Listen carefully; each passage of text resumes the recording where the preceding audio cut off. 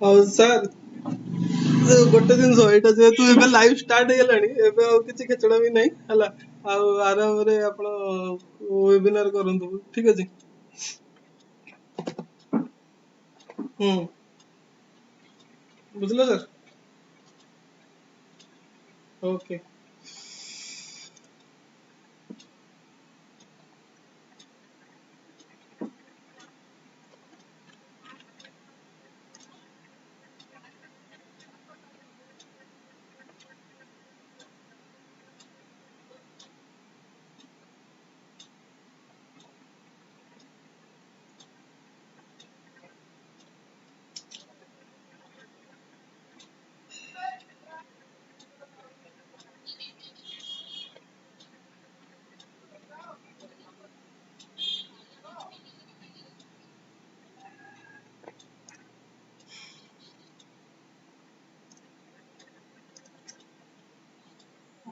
ଆଉ Bhoi sir faculty ଗ୍ରୁପରେ ବି ପକେଇ ଦିଅନ୍ତୁ।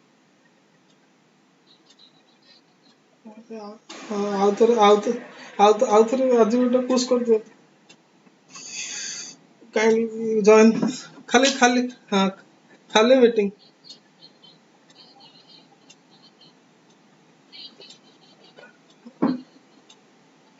ହୁଁ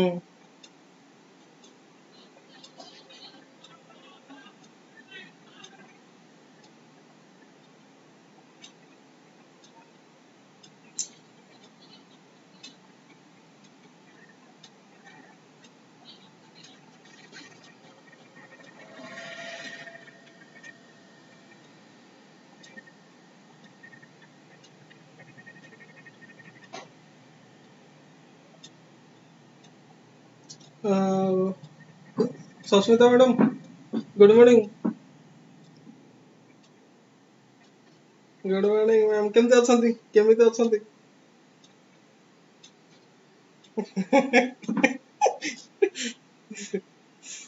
ଆଉ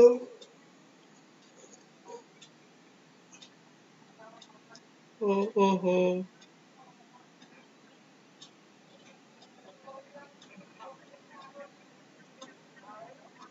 ଆଚ୍ଛା ଆଚ୍ଛା ହଁ ହଁ ଓକେ ମ୍ୟାଡ଼ାମ। ହଁ ଘରେ ମ୍ୟାଡ଼ାମ ଏଇ ଜଟଣୀରେ ଲକଡାଉନରେ ତ ଅଛି ଆଉ। ହଉ ହଉ ମ୍ୟାଡ଼ାମ।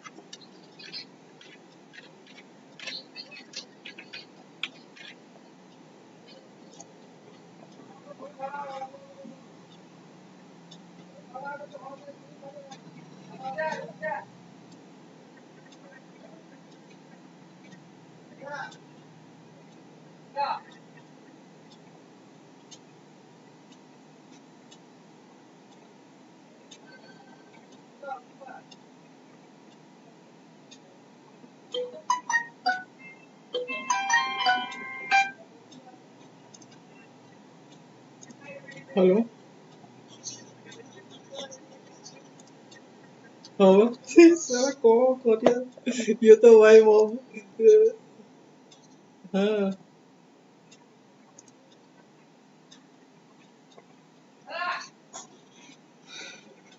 अरे ये यूट्यूब लिंक चेक कलो ठीक ठीक ठाक आसुଛି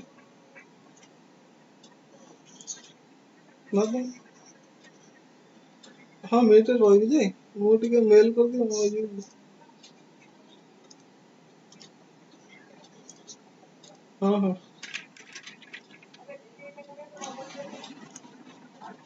ହୁଁ ଏବେ କଣ ଦେଖା ହଉଛି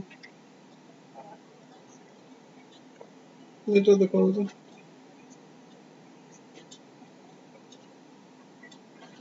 ପର୍ଟିକୁଲାର ହଁ ହଁ ହଁ ହଁ ସେଇ ୟୁଟ୍ୟୁବରେ ଚେକ୍ କରିବା ପାଇଁ କହୁଛି ନା ଦେଖ ଠିକ୍ ଠାକ୍ ହଉଛି ନା ନାଇଁ ହଲିଲେ ମତେ କହିବ ହୁଁ କୋଉଠି ଓବିଏସ୍ର ହଁ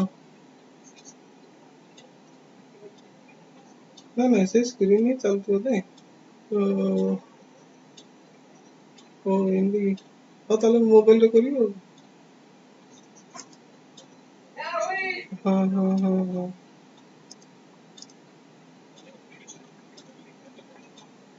ହଁ ହଁ ହଁ ଆରେ ଶୁଣ ଶୁଣ ଆଉ ଗୋଟେ ଜିନିଷ ମେନ୍ ହେଲା ଏମାନଙ୍କର ଟିକେ ଭଲଟେ ହେଇଯାଉଛି ଯେହେତୁ ଆମ ଉପରେ ଡିପେଣ୍ଡେଣ୍ଟ ଅଛନ୍ତି ଆଉ ସେଇଟା ଭଲ ଷ୍ଟ୍ରିମିଂଟା ହେଇଯାଉ ଆଉ କଣ ତ କହୁଥିଲି ପରେ ତ ଫିଡବ୍ୟାକ୍ ଆସିଲେ ମତେ ପଠେଇବନି କି ଧଡ଼ ଧଡ଼ କରିଦବା ଆଉ କଣ ହଁ ହଁ ହଁ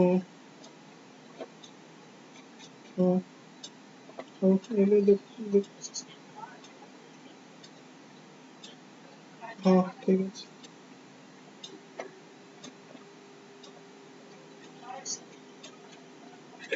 ଆଉ କି ସରି ସରି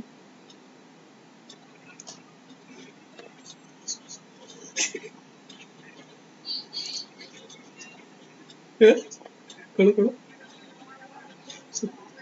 ନାଉ ନାଉ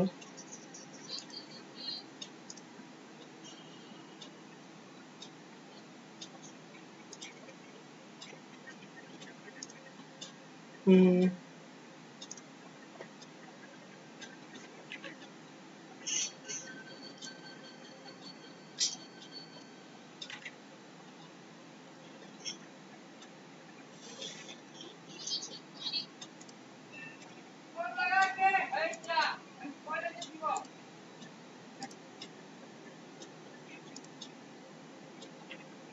ହୁଁ ଦେଖାଯାଉଛି ହୁଁ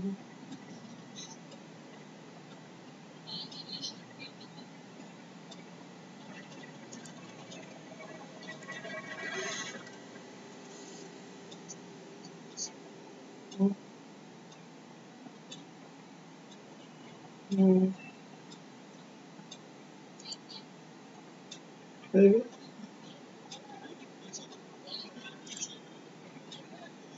ହୁଁ ହୁଁ ହଁ ଏବେ ଟିକେ ଦେଖ ତାଙ୍କ ଭିତରେ କଣ ଚାଲିଛି ହଁ ସ୍କ୍ରିନ୍ ଟା ଫୁଲ୍ ସ୍କ୍ରିନ୍ କରିବି ନା କଣ କରିବି ଫୁଲ୍ ସ୍କ୍ରିନ୍ କରିଦେଇଛି ଚାର୍ଟ ଅଫ୍ କରିଦେଇଛି ଆଉ କଣ ହୁଁ ହୁଁ ହୁଁ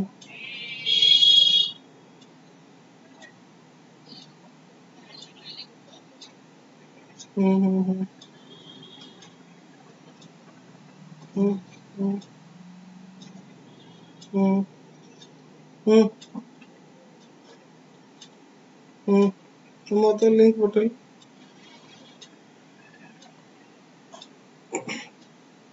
ହ୍ୱାଟ୍ସଆପ ରେ ପଠାଅ ହ୍ୟାଲୋ ହଁ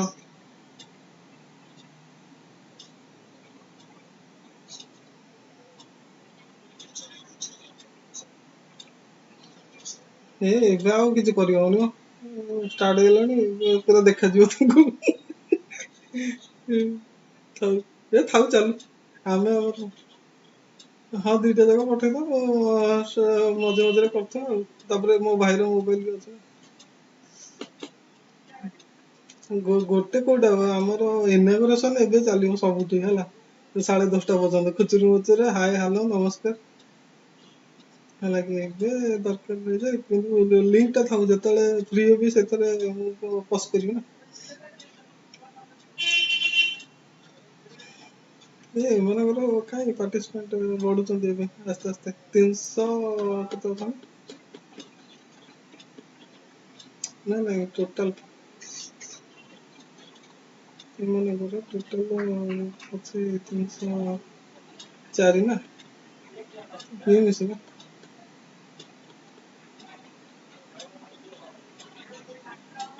ସେଇ ଆରେ ସେଇଟା ହିଁ ରେଜିଷ୍ଟ୍ରେସନ ତ ବନ୍ଦ କରିଦେଇଛନ୍ତି ଆଉ।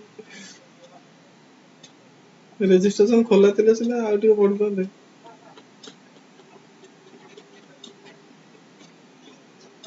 ହଁ କୋଉଥିରେ ହ୍ୱାଟ୍ସଆପରେ ନା? ହଁ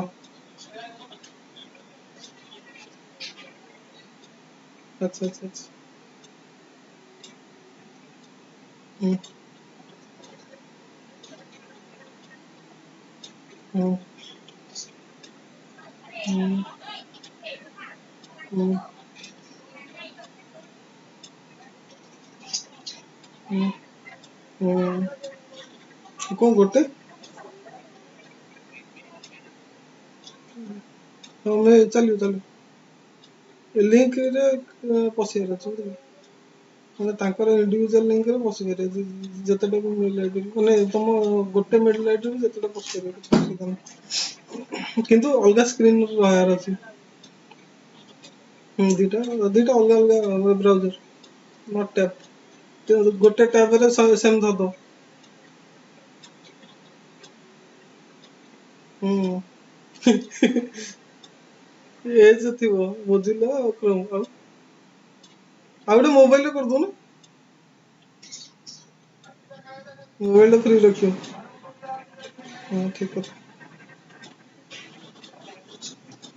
ୟୁ ୟୁ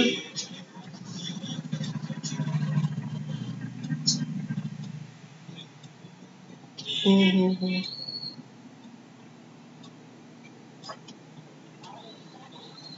ହୁଁ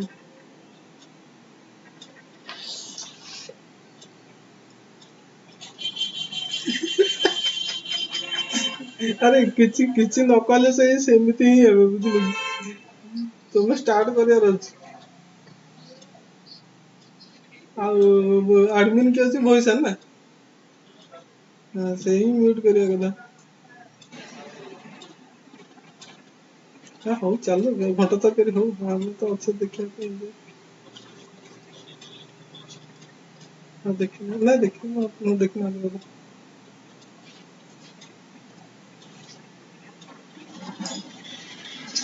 ହୁଁ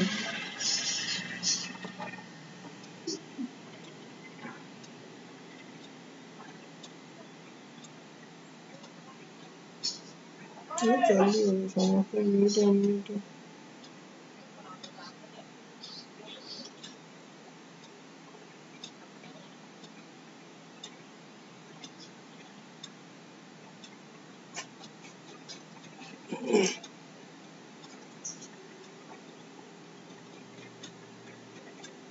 यूट्यूब ठीक चलती तो ସେଇଟା ଦେଖ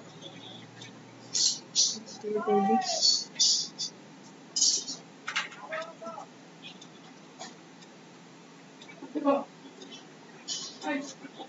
ମୁଁ ଆଉ ଗୋଟେ ଜିନିଷ କରୁଛି ଦେଖ କଣ ହଉଛି। ଫୁଲ ସ୍କ୍ରିନ୍ ଏବେ କଲି ହେଲା ଏବେ କଣ ଆସୁଛି ଦେଖ।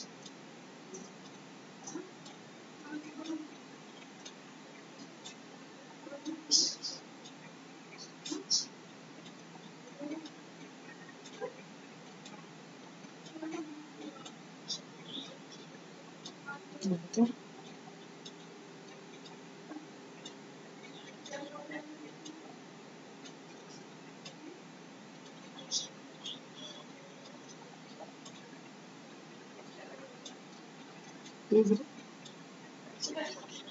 ହଉ କି କଣ କହିବ। ହଁ ହଉ ଆରେ ରୁହ OBS ରେ ବୋଧେ ରେକର୍ଡ ଚାଲିଛି ନା କଣ?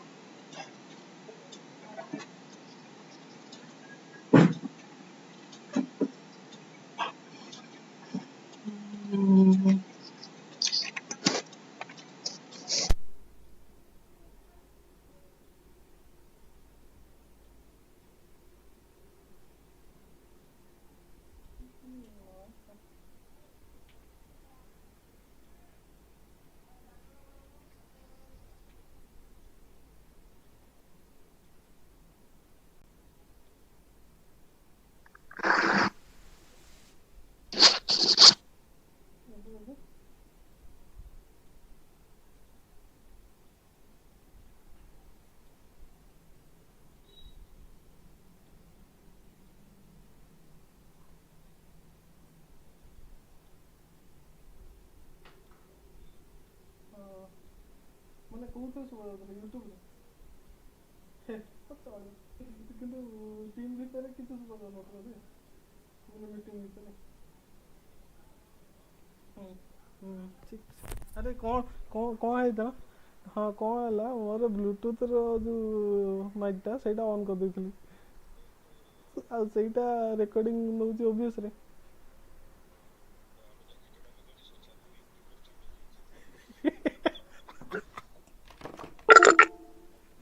ହଉ ହଉ।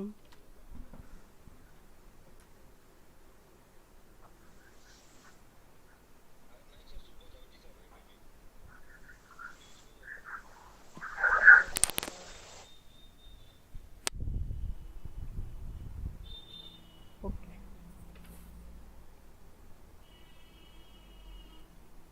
ଏବେ ହ୍ୟାଲୋ।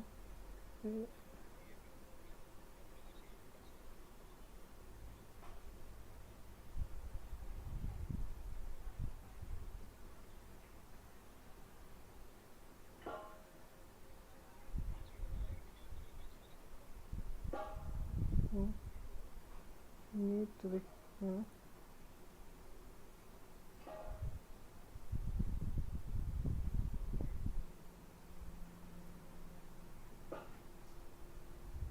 तो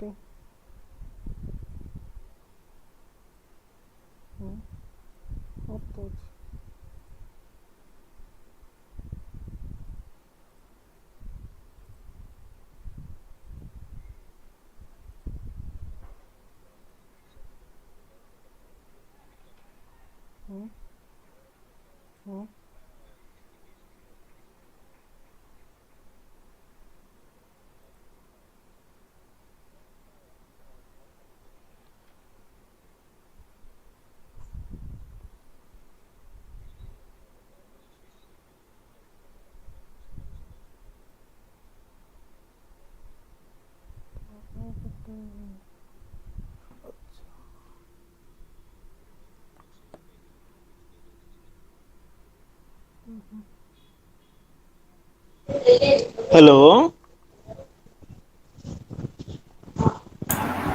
हाँ hello. Good morning sir. Good morning good morning.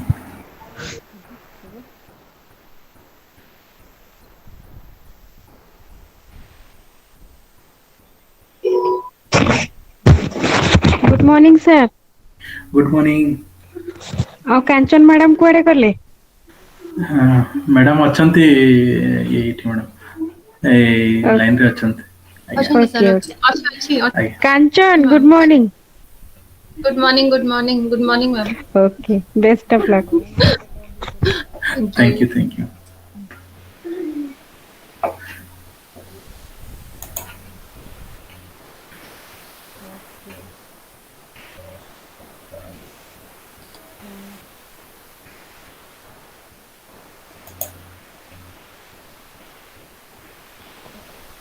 Good morning sir.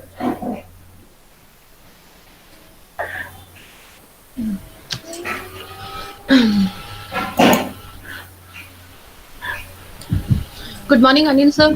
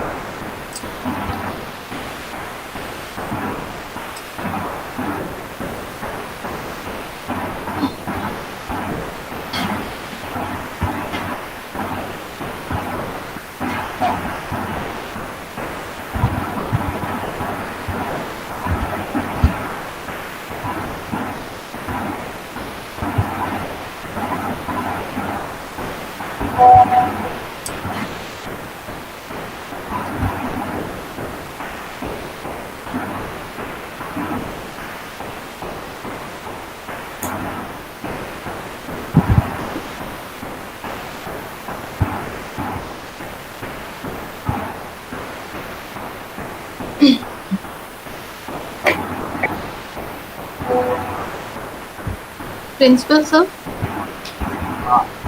Can we start?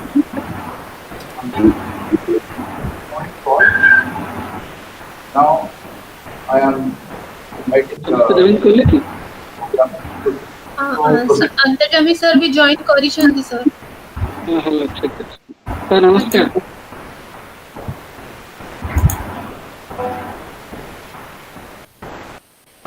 Yeah, good morning to all of you. Am I audible? Yes, sir. Yes, sir. Yes, sir. Namaskar.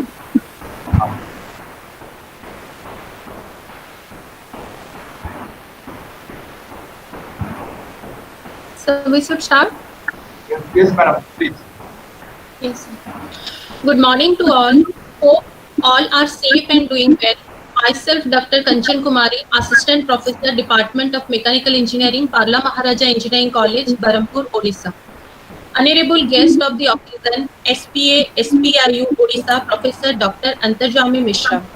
Honorable Principal Sir, Dr. Ranjan Kumar Swai Sir, respected Speaker, Dr. Pradeep K. Majhi, Associate Professor, IIT Roorkee, and Dr. A.K. Chaubey, Senior Principal Scientist, IIMT Bhubaneswar, HOD of Mechanical Engineering Department and TCube Coordinator, Dr. Tilochan Raut Sir.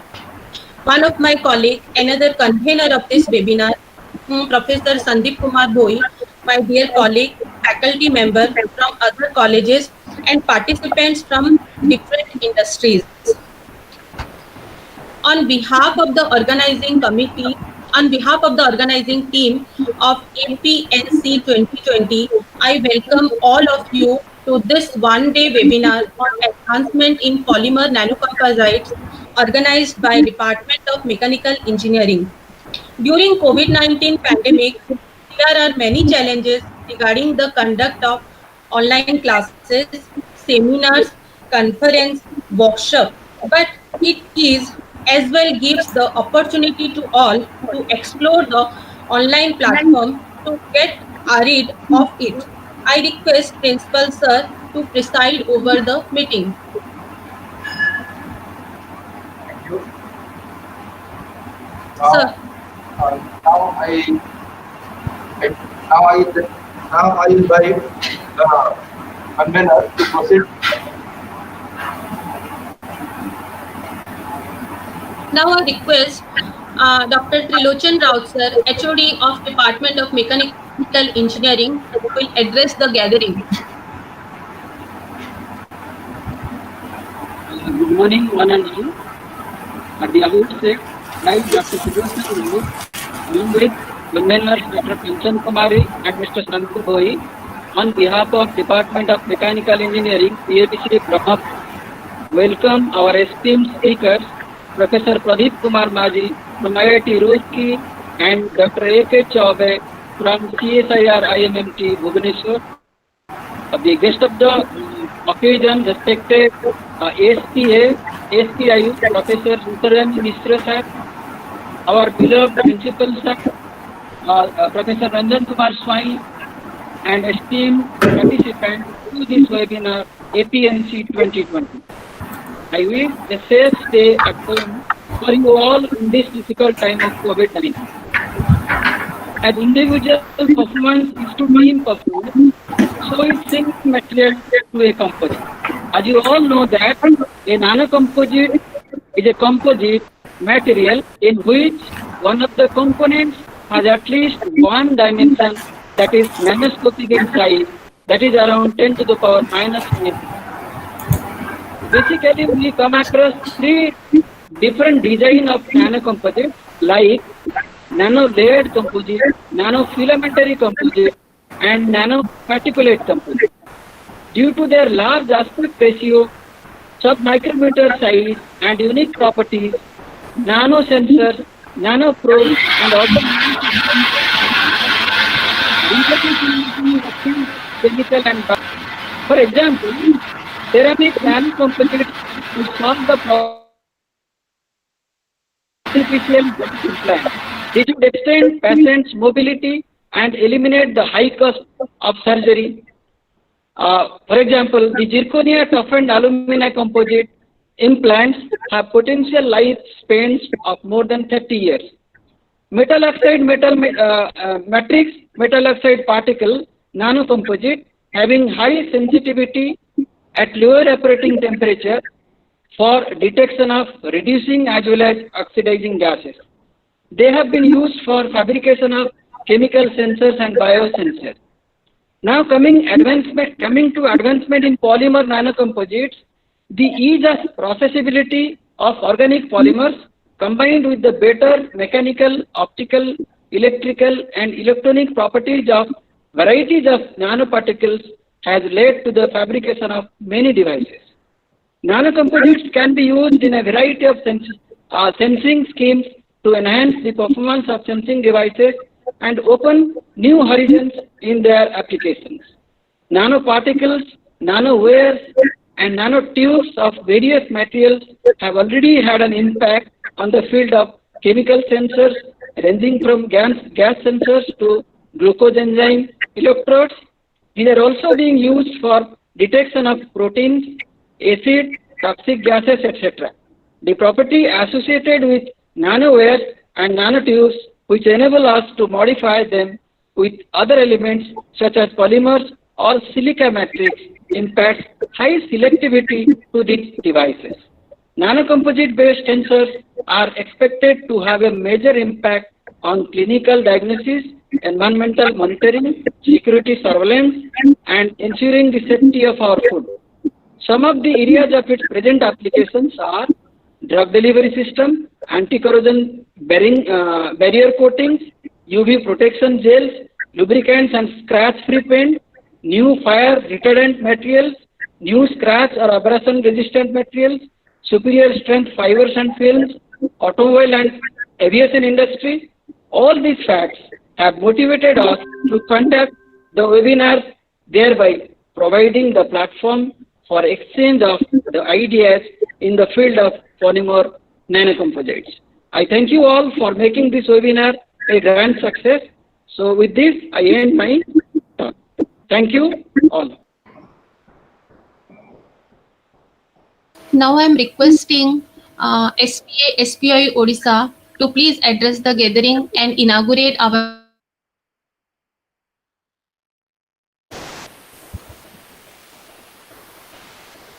Thank you, madam. Am I Yes, audible sir. to all of you? Yes, sir. Yes, sir. Yeah. Respected Principal of Parala Maharaja Engineering College, Professor Swami, the Tech Coordinator, Dr. Raut, and the organizers of this webinar, Madam Kanchan Kumari or Mr. Bhoi. At the outset, I am thankful to you for providing me a privilege to speak a few words and inaugurate the webinar. Thanks a lot. This is a topic. In fact, my friend Dr. Raut has already spoken so many things on advanced utilization of nano composites. I would like to just give you a brief history. Composite was nothing new to the civilization. In the ancient civilization, when we were staying, or the human being, they were staying in thatched houses, you might have seen that the bamboo or wood or anything, those were reinforced materials, soil, or mixed with rice husk or anything. They were used as walls. So composite material concept started from that primitive time, but it was not called as a composite material.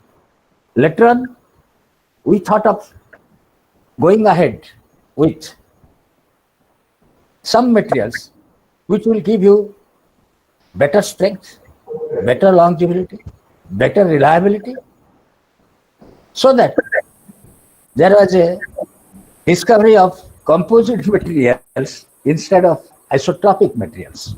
Basically, all composite materials are anisotropic materials, but depending on the situation, depending on the utility, the analysis is carried out. Initially, it was in a very big number, no dimensions, nothing, bamboo or wood or anything. Then later part, we provided some reinforcement and the matrix. As a result, you get a composite material with better strength. Non-homogeneity is a part of composite material because the composite material is a tailor-made item which can be made or manufactured according to the design requirements of the members. So this is, then it was during 1970s or 80s. Beyond 80s, gradually this particle size or the particular researchers can be used, that is to the 10 to the minus line that you are telling. Then the homogeneity of mixing of fiber with the matrix will be almost 100% or 90%. As a result, the mechanics of composite materials. I am not talking about macro mechanics. I am talking about micro mechanics. There you will find, because of the uniformity, which will be treated as good as an isotropic material, and the strength will increase very much. But when we require some point of time, fibrous composites or long and continuous fiber composites are essential for making the composite. But when you are interested for increasing the inbuilt properties of the advanced material, then automatically nano composite or nanometric size particle reinforcement got the advantage over us. As my friend Dr. Rao told, that starting from drug delivery system, intracorporeal material, extracorporeal material, structural designs, I am talking that this composite material has taken a place in the arts, starting from navigation, aviation, or transportation, road transport or anything, or whatever you see, guns and cars. Composite material is playing a role. It has started in the aviation sector when the dome of Apollo satellite,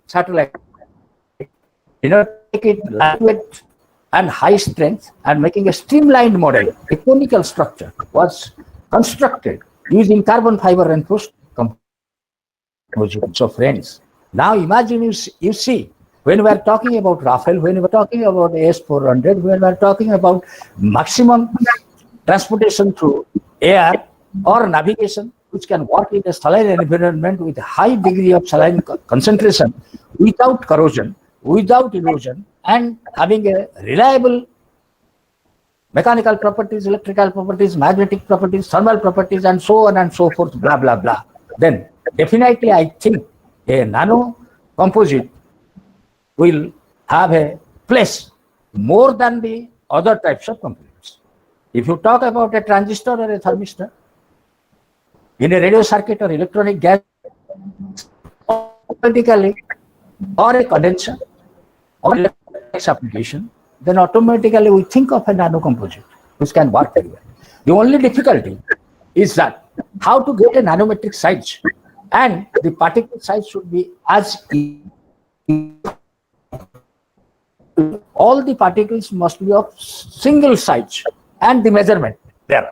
Usually chemical decomposition is done at our laboratory level, and we'll go ahead manufacturing nano composites. Carbon nanotubes,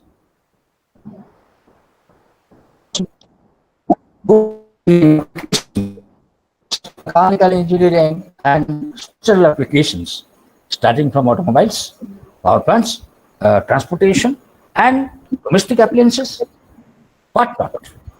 So friends, I hope the topic that has been chosen in this particular COVID-19 situation, COVID-19 pandemic, the nano composites, what they are talking about, the drug delivery system, or transportation of materials easily because of the lightweight and high strength, and because of the longevity, made with bed in a COVID hospital, or made with saline bottle, or maybe any other thing which is applicable to the human conditions under COVID-19 situation, is a perfect decision of going ahead.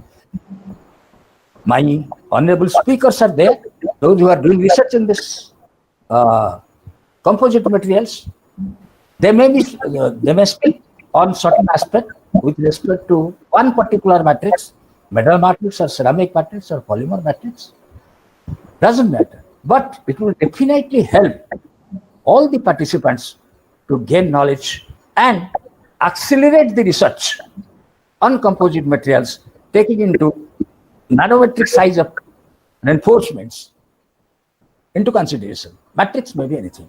I feel this seminar will help all the participants to a greater extent to carry on their research on composite materials. The speakers are good, they are on this job, and definitely we will be very much happy to listen to them. And I wish the seminar will be a grand success, or the webinar will be a grand success. With this, I inaugurate this webinar. I am once again thankful to Dr. Trilochan Rao, Dr. Swai, Principal of Parala Maharaj Engineering College, because at the last moment yesterday evening only he requested me, yes, sir, why, it is your topic, why don't you speak a few words? I told that I should be released by 10:25, so that I will be also inaugurating another seminar in another engineering college through video conference on waste management during COVID-19 situation. Thank you very much. Thank you. Thanks the organizers, Mr. Buri and Madam Kanchan Kumari, or whatever, I do not know, remember the name. Yes. I express my heartfelt gratitude to Parala Maharaj Engineering College for the privilege that they have given to me. Thank you very much. Thank you so much, sir, for the valuable words. Now I'm requesting Principal Sir to give to tell few words. Good morning to all. Honorable Chief Guest of this inaugural function, Dr. Antarjay Mitra, the present SPA of Equipment SPA Odisha. Respected speakers of this occasion, Dr. Pradeep Kumar Majhi, Associate Professor, Department of Polymer and Process Engineering, IIT Roorkee, and Dr. A.K. Chobe, Senior Principal Scientist, IMMT, Bhubaneswar. And I also welcome all the participants, those who have given their consent and participating in this webinar. This college, Parla Maharaja Engineering College, is established in the year 2009 as a government engineering college, and it is the constituent college of Vijayapatna Technical University. That is the technical university of the state. This college started with 4 branches.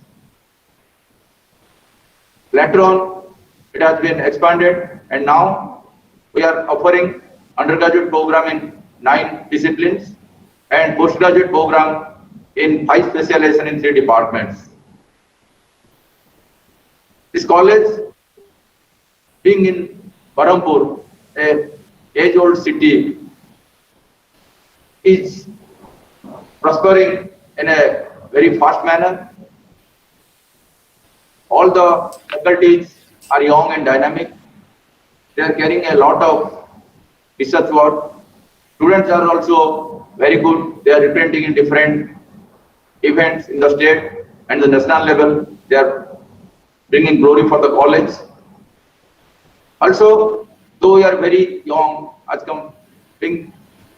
considering the number of batches passed out, but our alumni, they are being well placed and they are helping to bring the name and fame of the college to a better height. So, in this occasion, I give my special thanks to Dr. Kanchan Kumari and Mr. Sandeep Bhoi, who decided to have a webinar on a more talk of the day topic, that is advancement in polymer nanocomposites.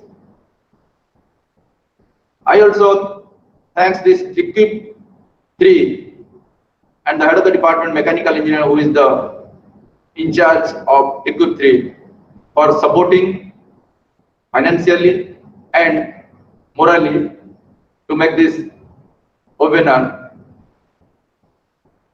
In my view, the composite materials has the new generation material which is replacing most of the conventional metals. In particularly, when we are talking about a green environment, when a green environment is required, that means we want to reduce the carbon dioxide emission to the environment. So particularly aviation and automobile sector, where a lot of carbon dioxide generally dumped in the atmosphere, and because of the heavy weight of the vehicle now becomes very light because we are using these composite materials. Further, in the field of the green energy, that is wind power, the wind turbine blades are mostly made up of composite materials, and it is absolutely maintenance free and have a very long life. But the most important part of the concern, that is this nanocomposites should be, or any composite material should be sustainable and it should be green. So once more and more research is required to use green composites which will be biodegradable and will be help for a better environment in future. At the end, I wish a grand success of this webinar, and the participants will take with them good memories and the good outputs, as our conveners are chosen speakers from 2 different areas, one from hardcore research, that is CSIR lab, and other from academic, that is Professor Majhi. I once again thanks both of the speakers for giving their consent and be a part of this webinar. Thanks to all. Thank you. Thank you, sir, for addressing the gathering.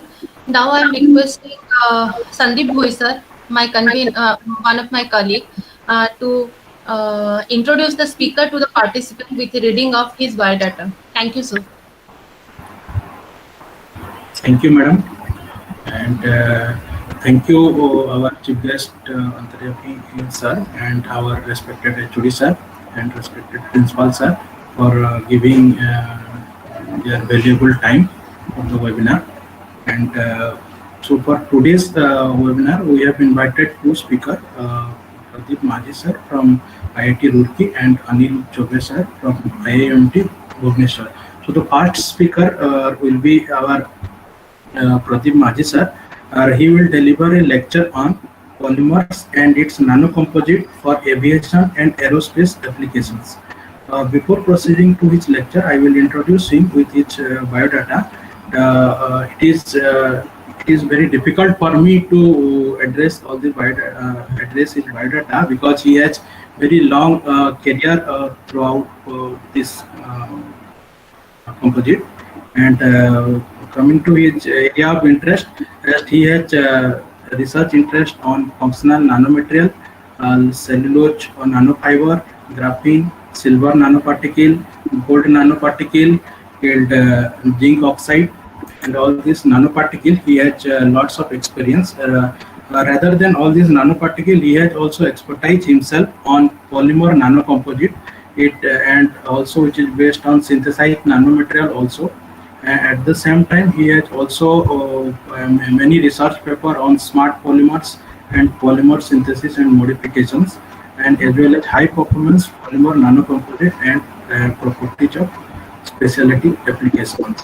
So mostly he has specializations in this polymer nanocomposite fields, and rather than his research activities, he has also awarded with many awards. Like he has got a Young Researcher Award in 2018 from Polymer Processing Society USA, as well as he has also got the Research Fellowship Award from the Matsume International Foundation, Japan in 2019. And at the same time, if you see, he has many sponsored research projects under his belt, and from the different funding agency, like DST and Central Pollution Control Board, Government of India, Ministry of Human Resource Development, Government of India, and ACRB, and also from MHRD. So he has lots of vast experience on this particular field, as well as he has different membership from Aeronautical Society of India, Society of Polymer Science, and all these things. And also he has many years of teaching experience on this particular nanocomposite, on specifically polymer field. So he will deliver a lecture on polymer and its nanocomposite for aviation and aerospace applications today. So I request Dr. Pradeep Maji sir to start the sessions. Thank you, Mr. Sandeep. It's a nice introduction, and I'm very happy that there are a lot of people to listen to me. First of all, I would like to thank you, HOD Professor Raut, and today's guest of honor, Professor, and I'm really thankful that I'll be speaking in front of you related to a little bit of different subject that is little bit uncommon. So I'm sharing just 1 minute.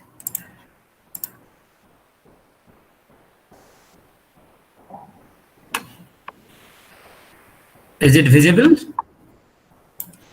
Yes, sir. Is it visible? Yes, sir. Okay.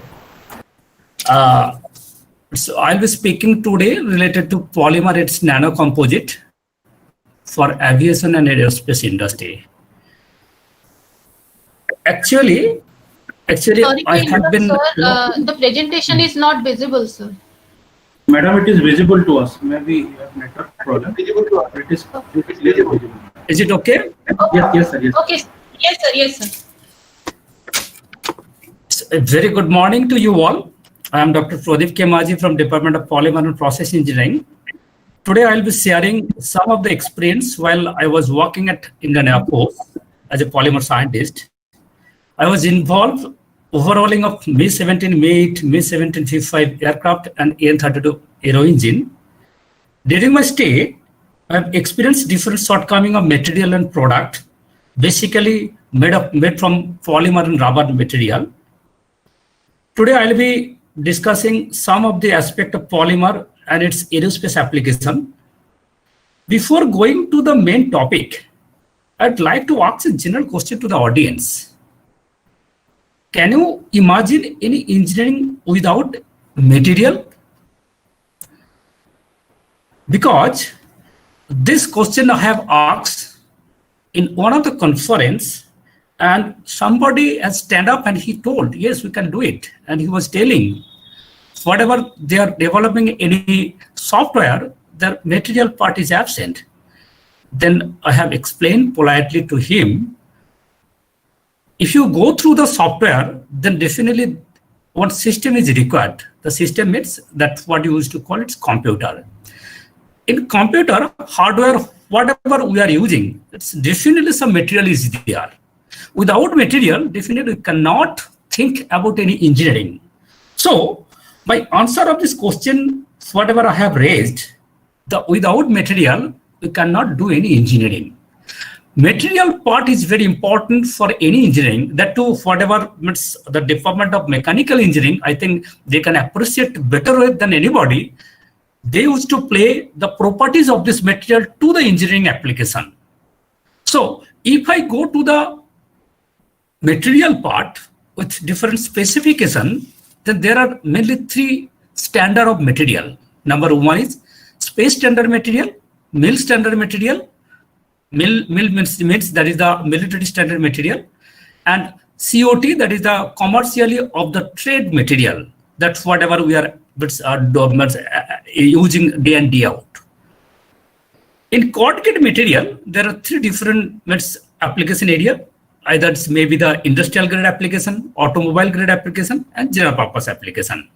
So today I want to specify my talk related to space standard or mil standard material. Whenever we are talking about space standard and mil standard material, the tolerance limit is very, very narrow. Why it is very, very narrow? Temperature means a range from -80 to minus plus somewhere 300, 200 degrees centigrade.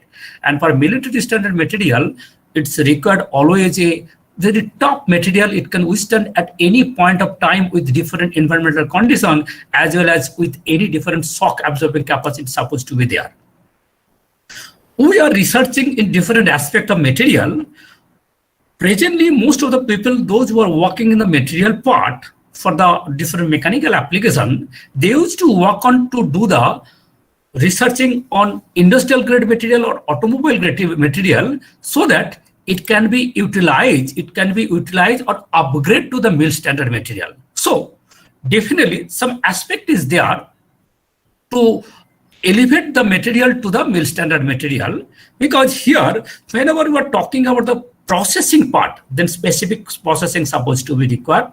Number one. Number two, temperature limit is important. Number three, its tolerance limit is supposed to be very, very narrow. And as a result of it, whenever we are elevating any material or any product to the military or space standard, then always that standard supposed to maintain and its life. And another important thing is here, its reliability always more than 200%. Now, as I am talking about the aerospace material, aerospace material, mostly whatever we used to see, it is metallic material. Whenever we are choosing any aerospace material, first of all, we used to check what is the cost of the material and what cost we can bear to upgrade the existing aircraft structure. It's design option of the airframe, structure component and the engine, fuel consumption of the aircraft. It must be lightweight so that its payload supposed to increase very much. Operational purpose of the aircraft, that speed, range and payload. Power and fuel efficiency of the engine. In-service maintenance, one of the important parameter nowadays. Otherwise, if there is anything wrong in the sky, we cannot control. That's why in-service maintenance in air as well as the ground is very important. Safety, reliability and operational life of the airframe and or air engine is very important.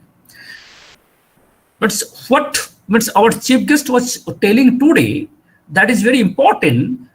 after using this composite material or that particular material, whatever you are using in the aircraft structure, that end of life is very much important. That's why nowadays European Space Agency, American Space Agency, and as well as Indian Air Force and ISRO also, they are utilizing their recycled material for different applications. That's why it is one of the important aspects in the present scenario, the end of life of this particular product or particular component, that so that we can utilize this material to the next different application.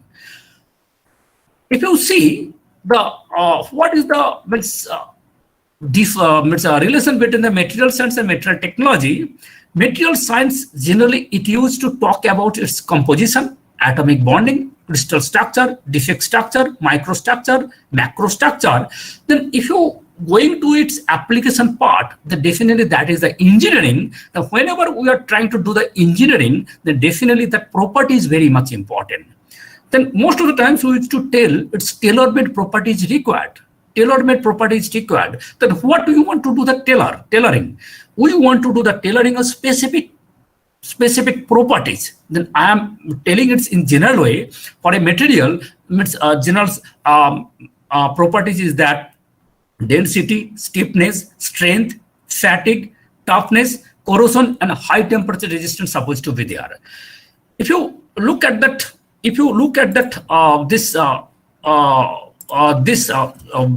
microstructure to the atomic level, and this atomic level structure, it's combined to make a big structure, and you will be getting the total product property. That's why from microstructure to macrostructure is very important to know.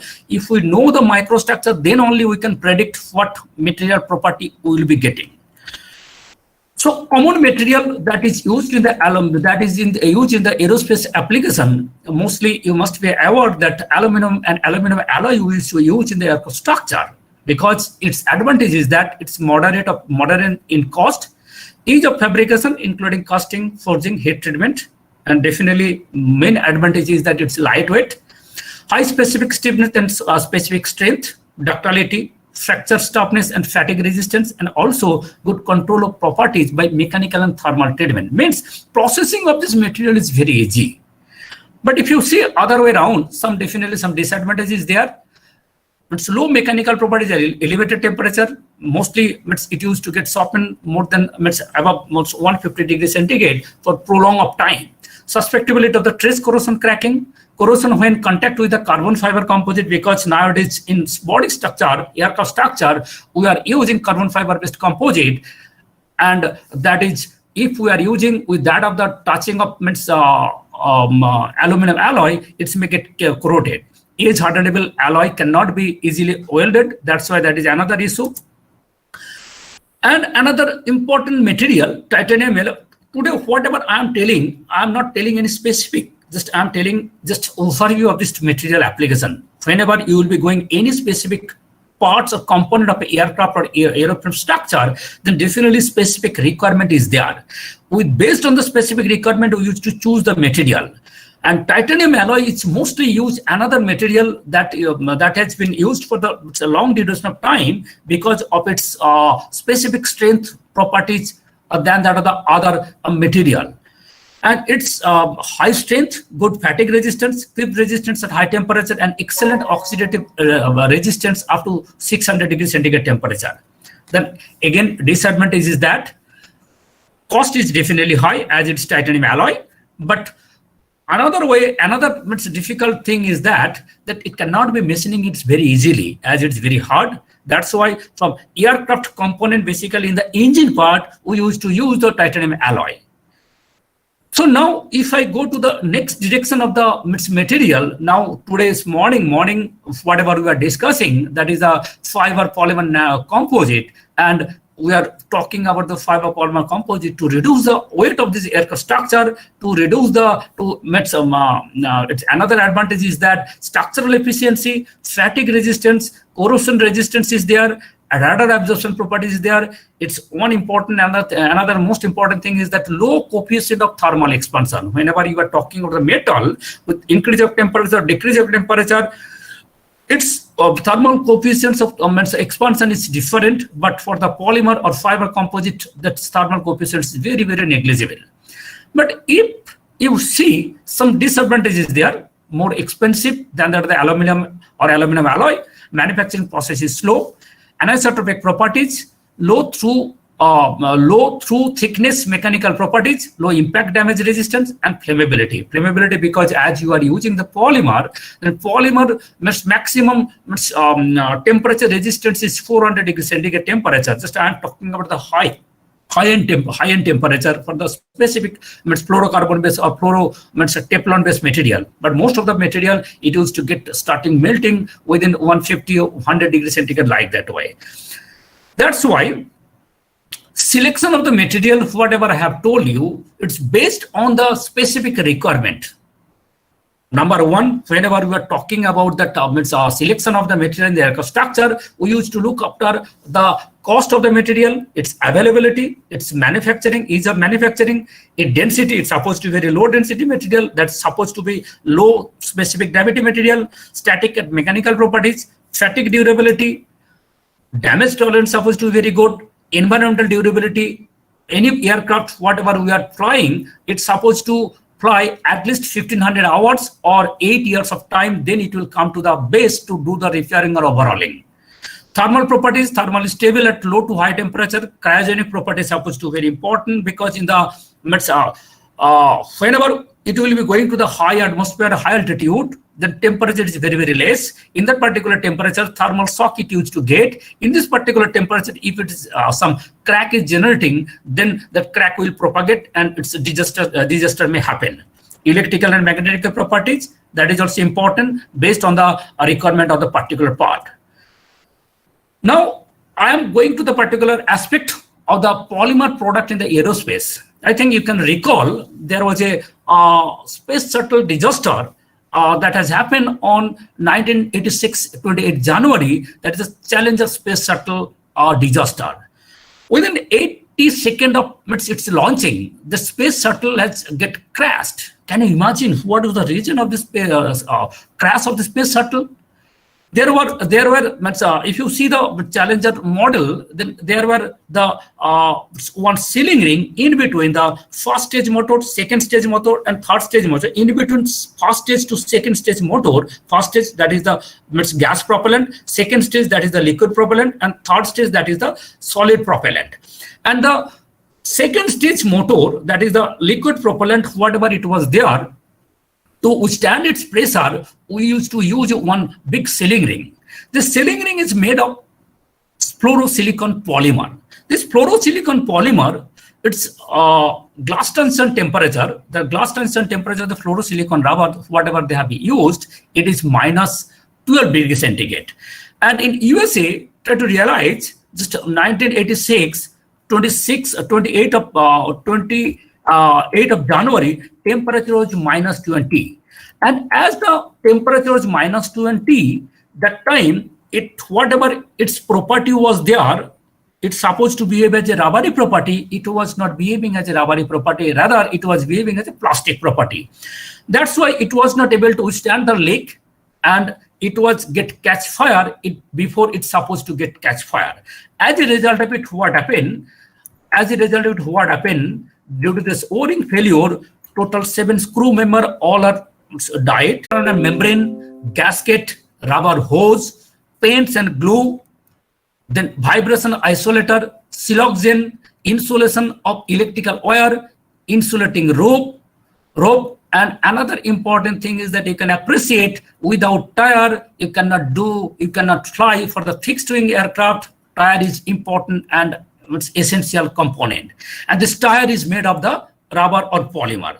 That's why if we are not getting the actual property of this particular component or product, then definitely we cannot fly with precaution and with safety. So some product that whatever we have developed during my stay in 3 base repair depot in Indian Air Force in Chandigarh, that I'll be giving a little bit of just name of this product, whatever we have developed. That this is the first product I have developed during my stay in Air Force. That this sealing ring is very, very, very small. It's very small, and it was AOG. AOG means aircraft on ground. Due to the unavailability of this sealing ring, the aircraft was on ground almost more than 2 years. Try to realize the sealing ring cost was maybe somewhere in 100 rupees, 200 rupees maximum. But due to the unavailability of the sealing ring and whatever we have developed, it was not passing with that of the working pressure of 140 kg, 145 kg per centimeter square. Then we have start digging what was the problem, step we used to follow: feasibility study, preparation of drawing, then preparation and approval of the test schedule. Then we have developed the compound, exact compound, then iteration process we have done. At least 6 to 7 different compounds we have developed and checked in lab, as well as in the final functional test. Then we have checked whether this material is working or not. Then finally we have done the functional test, endurance test. Then we have developed this material, and this product has been used in the final aircraft nowadays. Second, this is the diagram whatever we have developed. Second, this is the Friedman, and for the mechanical part, the tolerance limit, try to realize 0.0245, making it's very difficult. It's making it really difficult. That's why whatever I was telling, the tolerance limit of a material in the aviation is very much important. This is another important product what we have developed, that is called the oil accumulator diaphragm. This oil accumulator diaphragm has been AOG for the long duration of time. What they used to do, whenever one aircraft is coming, they used to take it and they used to put in the new aircraft so that it can fly.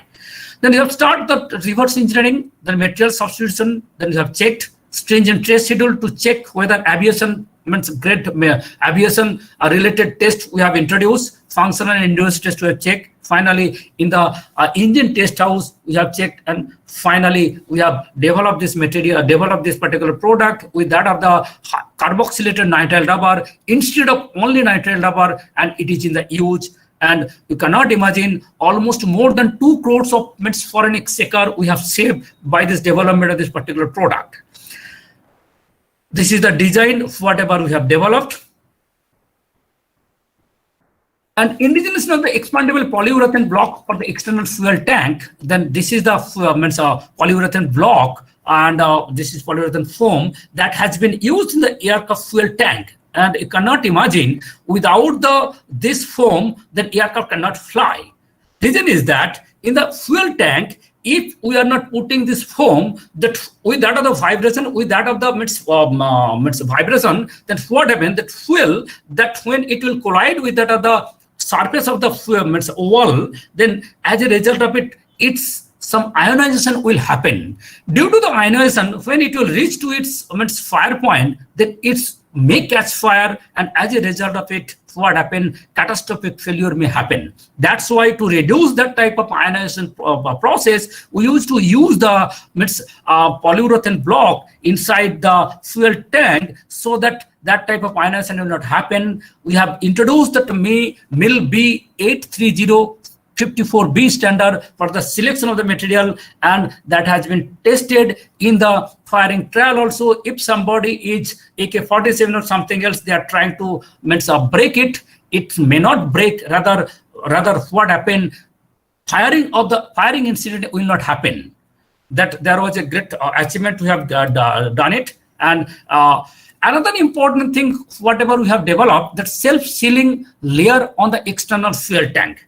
In the external fuel tank, there are self-sealing layer inside before the outside of the fuel tank. And fuel tank is made of your aluminum alloy. In the above aluminum alloy, we used to use the natural rubber, unvulcanized natural rubber coating, thick, somewhere in more than 15 millimeter of thickness we used to put it. And when we are putting it, then it will be self-sealing. Means if you AK-47, this is the trial has been done in the TBL, Terminal Ballistic Research Laboratory and DRDO lab, and we have seen there was no leak, or there was no fuel leak that is coming after the firing onto this fuel tank. This fuel tank has been developed in different procedure, that's inner liner, then fuel barrier, self-filling layer, reinforcement 1, reinforcement 2, then that we have used, and this has been under process for the for doing the patent that whatever we have developed. And I think I'm a little delayed. That's why it is better to go to the polymer nano composite. Nanotechnology in the aerospace industry, if you see in NASA's nanotechnology goal, there are 4 different groups. People are using engineering material structure, energy generation and storage, propulsion system, sensor and actuator, or different type of electronic device, and always there is a nano material that's been used for make it more efficient, to make it lower its weight, and as a result of it, what happened, structural stability is supposed to be there. Mainly, what people are using, that most important, one important thing, people are using clay-based polymer nano composite. Today, I'll be telling little bit of polymer-based, clay-based polymer nano composite, and it's definitely it has some advantage than that of the normal material. Then we will be talking. I will be talking about the nano, not a nanotube. I will be talking about the carbon-based material, that is the graphene polymer nano composite, and I will not talk anything related to molecular engineering material, but I'll be talking about the cross-linked aerosol for the super thermal insulation. Whatever we are targeting the replacing of existing material, always we are target is that without deteriorating its property requirement, we are developing a material that is low in cost, number 1. Number 2, it's supposed to be very, very lightweight. In any spacecraft or any aircraft, if we able to reduce its weight, then that is really good achievement for the aircraft industry or aerospace industry.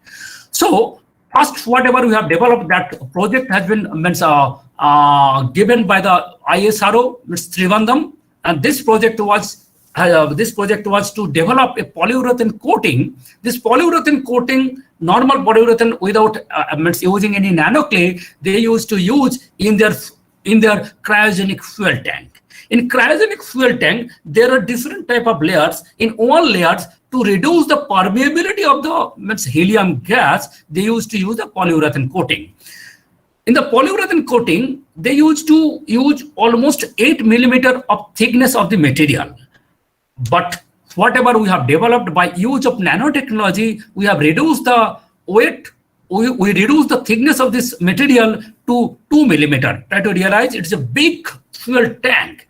And this fuel tank, cryogenic fuel tank, we are reducing almost 2 millimeters or 6 millimeter thickness we have reduced, and as a result of it, there is a reduction in the weight, and that has been used recently.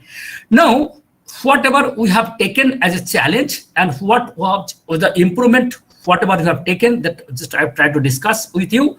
Number 1, the material, whatever they were using during the time, that was poor mechanical property, thermal stability was a little bit less, poor performance in the low temperature, and one of the important parameter, that is the high gas permeability, and poor dynamic mechanical analysis. Challenge was to improve the property with low specific gravity, with low viscosity, and another important parameter that you always supposed to keep in mind, that is low outgassing property. In this concept, I can tell you one story, because hydrogen embrittlement is always, there is a problem in the aircraft structure. What is hydrogen embrittlement? I think in mechanical engineering aspect, you can learn a little bit of the hydrogen embrittlement. During the electroplating of cadmium coating, nickel coating, or zinc coating, we used to use the electroplating coating system.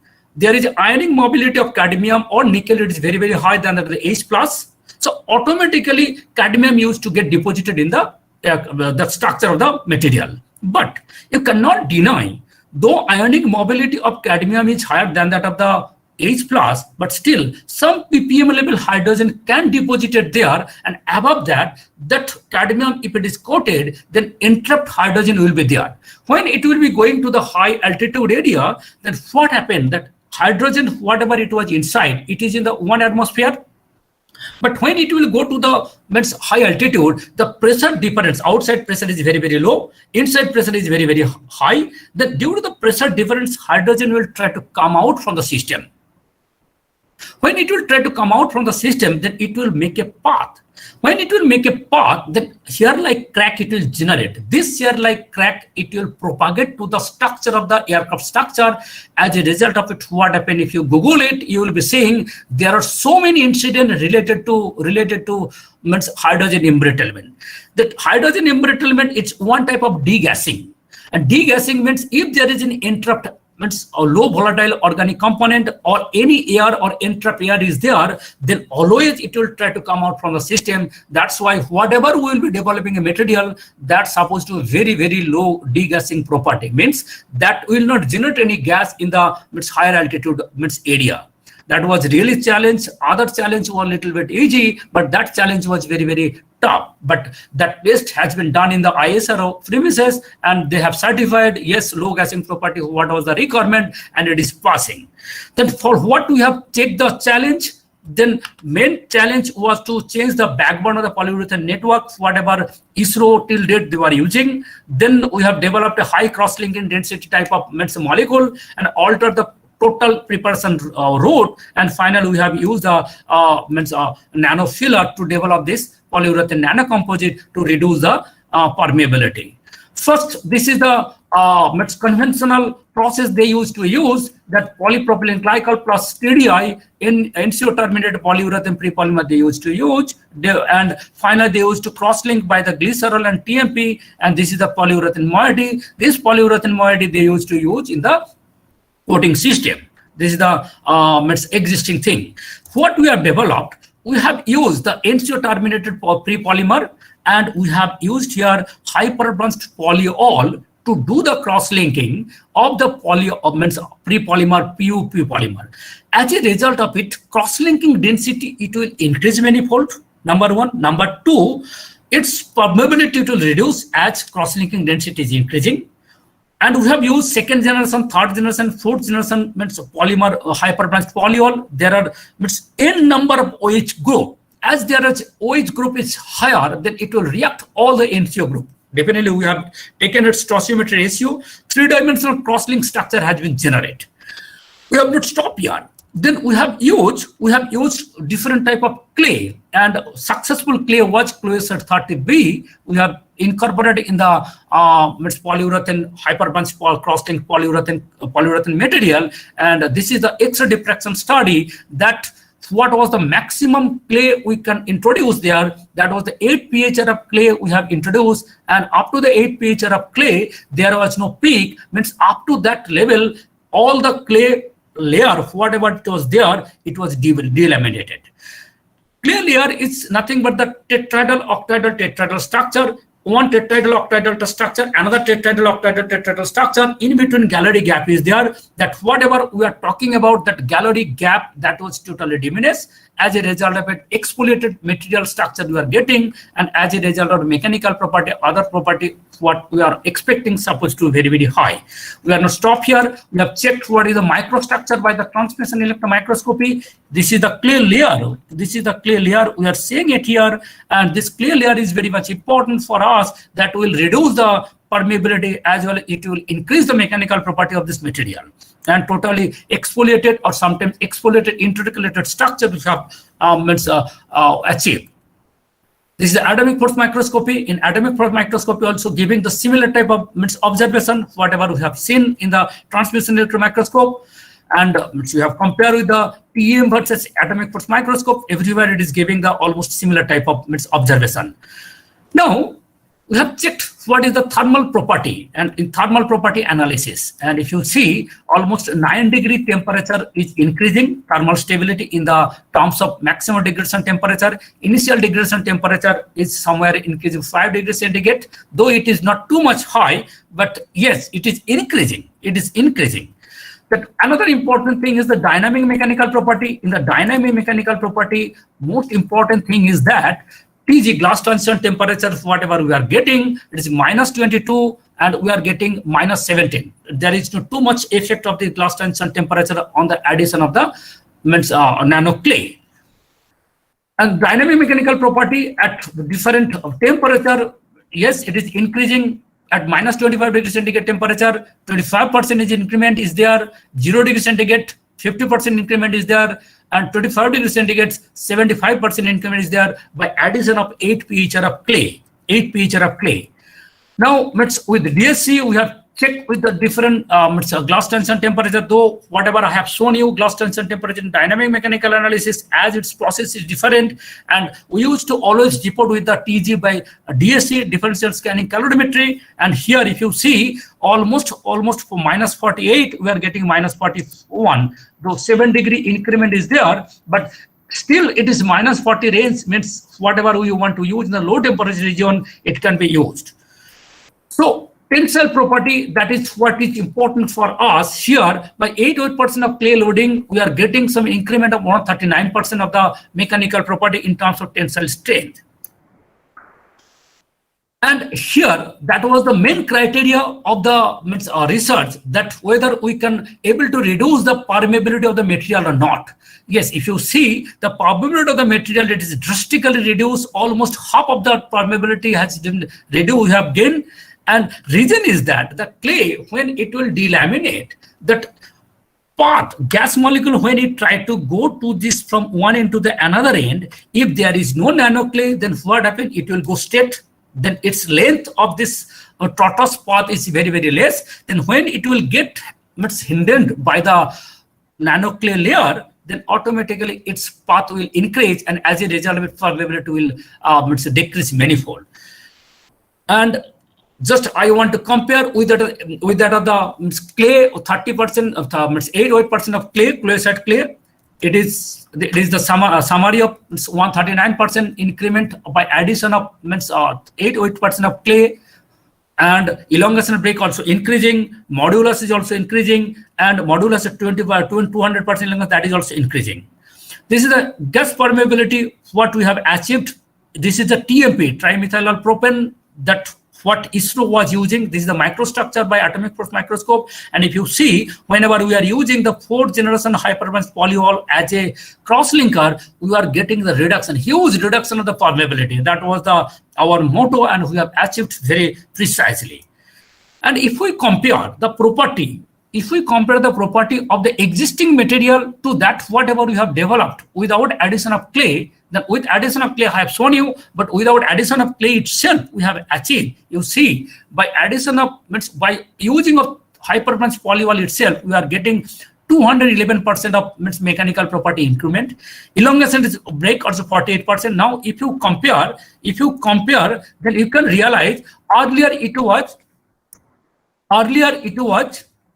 1.83, then it come up with that of the 5.7 without addition of clay. Now it has reached up to 13.6. That is a huge improvement in the mechanical property, elongation of break, modulus at 100%, modulus at 200% also. Means this research, whatever we have done, that is really one future application in the ISRO. And I have visited in the ISRO premises in Trivandrum, and we have finally transferred the technology to the ISRO, and they are using definitely certain modifications they have done with their requirement, and definitely recently they are using our developed material in their system. Now, as a scientist, I want to tell you what is going on there, why that type of situation is happening, how delamination of the material or clay that is happening. This is the clay structure. This is the clay structure. This is the tetrahedral in between, middle is the octahedral. Then above there is the tetrahedral. This is another tetrahedral in between octahedral. Then again tetrahedral. In between there exchangeable cation is there. Now this is the clay layer. We can show like that way. We want to incorporate our material inside it. This is called the intercalated material, and this is called the exfoliated material. And we want to do the exfoliated of the material so that all the clay layer that will delaminate, and as a result, polymer filler interaction will increase manifold. So, current concept of intercalation was that whatever polymer we are using, polymer will try to penetrate inside the clay layer, and as a result, delamination will be happening. But we have seen in this a concept that delamination, efficient delamination cannot be done. Then we have proposed and we have checked whether the delta means Gibbs free energy calculation by means work of addition whether the polymer to the means clay. Then we have proposed this is not the principle what people used to explain, and we have published in this thing this concept in a means one book chapter. Here, what happened? First, whatever polymer it is there, it will try to absorb the outside material, outside clay. It will get absorbed. Then it will try to make a little bit of excess gallery gap. Then when it will increase the little bit of gallery gap, rather we can tell it's intercalated, then other polymer chain, it will get some space to interact and go to the inside. Now, if I show you some with cartoonistic demonstration, then you can really realize very easily, this is the existing model that people used to tell that polymer chain will go to the inside, and big chain again it will go, and as a result of it, we will be getting intercalated or exfoliated structure. Now, proposed structure is that, proposed mechanism is that this is the gallery of the clay. Now, polymer chain, the big fat man, the polymer chain, it will try to go inside, but it is failed. Then what happened? Then this big fat man, it will try to get absorbed. By absorbing of this and shearing of this material, then what happened? Then it will increase some gallery gap inside it. When it will increase the gallery gap inside it, then what happened? Then other polymer chain can enter, and small, big, and very big molecule can go inside, and as a result of it, what happened? We will be getting exfoliated of clay. And our achievement is that if we are able to get that exfoliated of the clay, then all the property, whatever we are expecting, then we will be getting enhanced. Another important here you have to recall, you have to remember that whenever you will be using any clay, nano clay in the polymer matrix, then polymer pillar interaction is one of the major role that used to play in the polymer nano composite. In polymer nano composite, what we used to check whether polarity difference is supposed to be very, very minimum.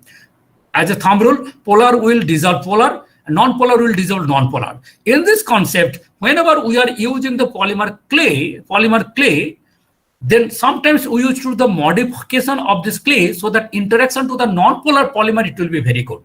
As my system is polyurethane, it is polar in nature, we can straightforward, we can use, but still we have done a little bit of modification so that interaction with that hydrocarbon chain, it will be very good. And as a result of it, we are getting the better result than that of the existing what people have reported earlier. So this is the polymer clay nanocomposite that whatever we have now developed. And we are working the self-filling polymer for the space coating material. Then you can appreciate if in any biological system, if there is any injury, then what happen? It will get cured over a period of time. It will get cured over a period of time. And if we are able to mimic the same thing in the actual structure during its any damage or anything else, that is something beautiful. Then if you see, this is the chemical repair what I want to show. Chemical repair what we want to show. And we want to mimic the biological system here also to develop that type of strategy. Then what we have developed a capsule-based composite, capsule-based coating. And definitely what we intend to use whatever I have explained to you, hydrogen embrittlement. In the hydrogen embrittlement, when it will generate the crack, that immediately it will get repaired. The encapsulation based curing system we have introduced in the polyurethane coating, and as a result of it, what happened when this is the one material, this is the catalyst, another is the raw base material, when it will get some crack, then both the material will close to each other, and as a result of it, total material will be get cured, and you will not be seeing or you will not be finding any crack or any scratch mark on it.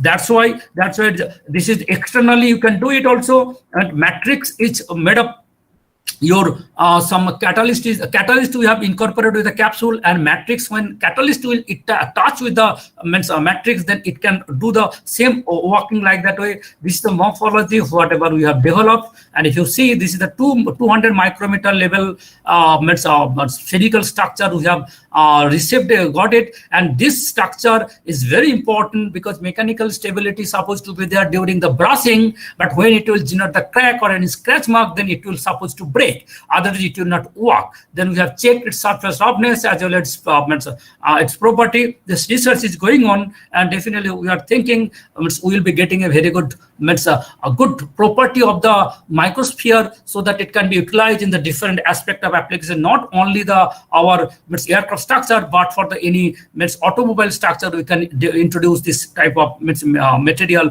as a coating. Another material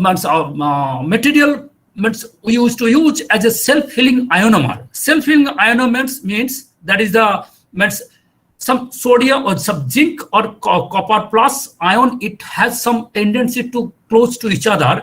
When some ports will be coming, then it will degenerate. It will go to the different shape. And when it will withdraw that stress, then it will come close to each other, and self-healing can come. Self-healing system can occur like that way.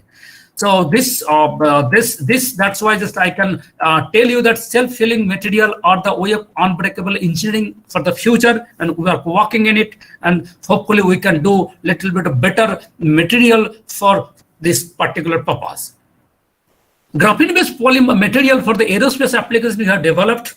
Whatever we have developed earlier, the clay-based nanocomposite. In the clay-based nanocomposite, whatever we have faced some problem, though I have not told you earlier, the problem is that clay, that it as it has a OH group, always it is hydroscopic in nature. As it is hydroscopic, sometimes interspecial energy between the polymer to filler, it is always reduced over a period of time.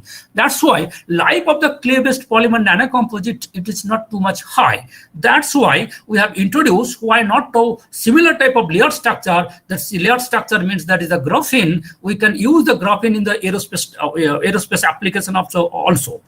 Here, this is the development we have done. 1-part synthesis of graphene oxide by sonication assisted mechanical approach we have developed.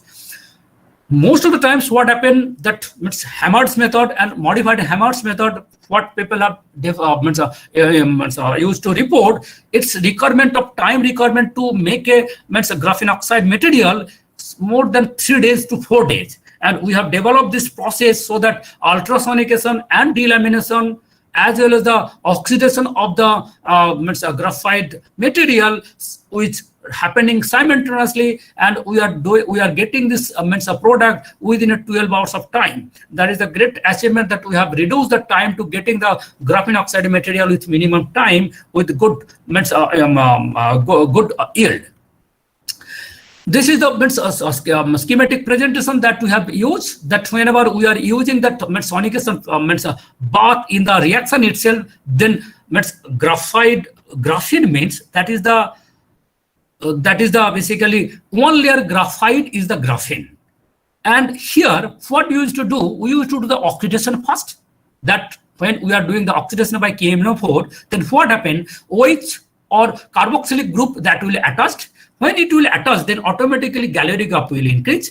In this gallery gap increment, we used to use that sonication, and due to the sonication, bubble formation will generate. This bubble formation will help to do the delamination. Now, actually, this is the graphene oxide, whatever we have achieved. But this graphene oxide, again, if we want to use as a graphene analog, then we have to do the reduction of this graphene, so that reduced graphene oxide is the analogous of the graphene. Graphene that used to develop by the vapor deposition process. Here, this is the APSM analysis that whatever we have developed, and this is the almost flake-like structure we are getting, and it is agglomerated structure. Finally, if you go little bit of the high sonication speed and long duration sonication, single layer graphene, we can get it. But till date, single layer graphene, getting single layer graphene is very difficult. So this is the TM microstructure. If you see that whatever we are getting, that thickness of almost we are getting 1.4 or 1.6 nanometer, but till date, if you see the reported value for the graphene or graphene material is somewhere 0.73. Means we can conclude from here, this is not the only single graphene layer. We are getting some 2-3 graphene oxide layer attached to each other. As a result of it, what happened, we are getting little bit of higher thickness. Notwithstanding that thickness value, our purpose to use this material to enhance the property of the polymer composite, polymer material. Then we have checked whether we can do this improvement of the thermoplastic polyurethane material or not. Here, in situ polymerization process we have done by PTMEG, by plus MDI, this NCO material, isocyanide material. Then we have got it NCO terminated pre-polymer. Inside, we have used the graphene material. This graphene material has, definitely it is graphene material, means reduce, this is graphene oxide. In graphene oxide, as there is a OH group and carboxylic acid group, this will react with the NCO terminated pre-polymer and urethane linkage it will generate. Means the interaction, physical interaction, instead of the physical interaction from most of the other composites, here we are making a chemical interaction to enhance the product property. If you see the product property in terms of mechanical properties, then you will be surprising that by addition of 0.01 pHr, 0.01 pHr, try to realize 0.1 weight% of the addition of the nanofiller, we are getting strength increment of 280%.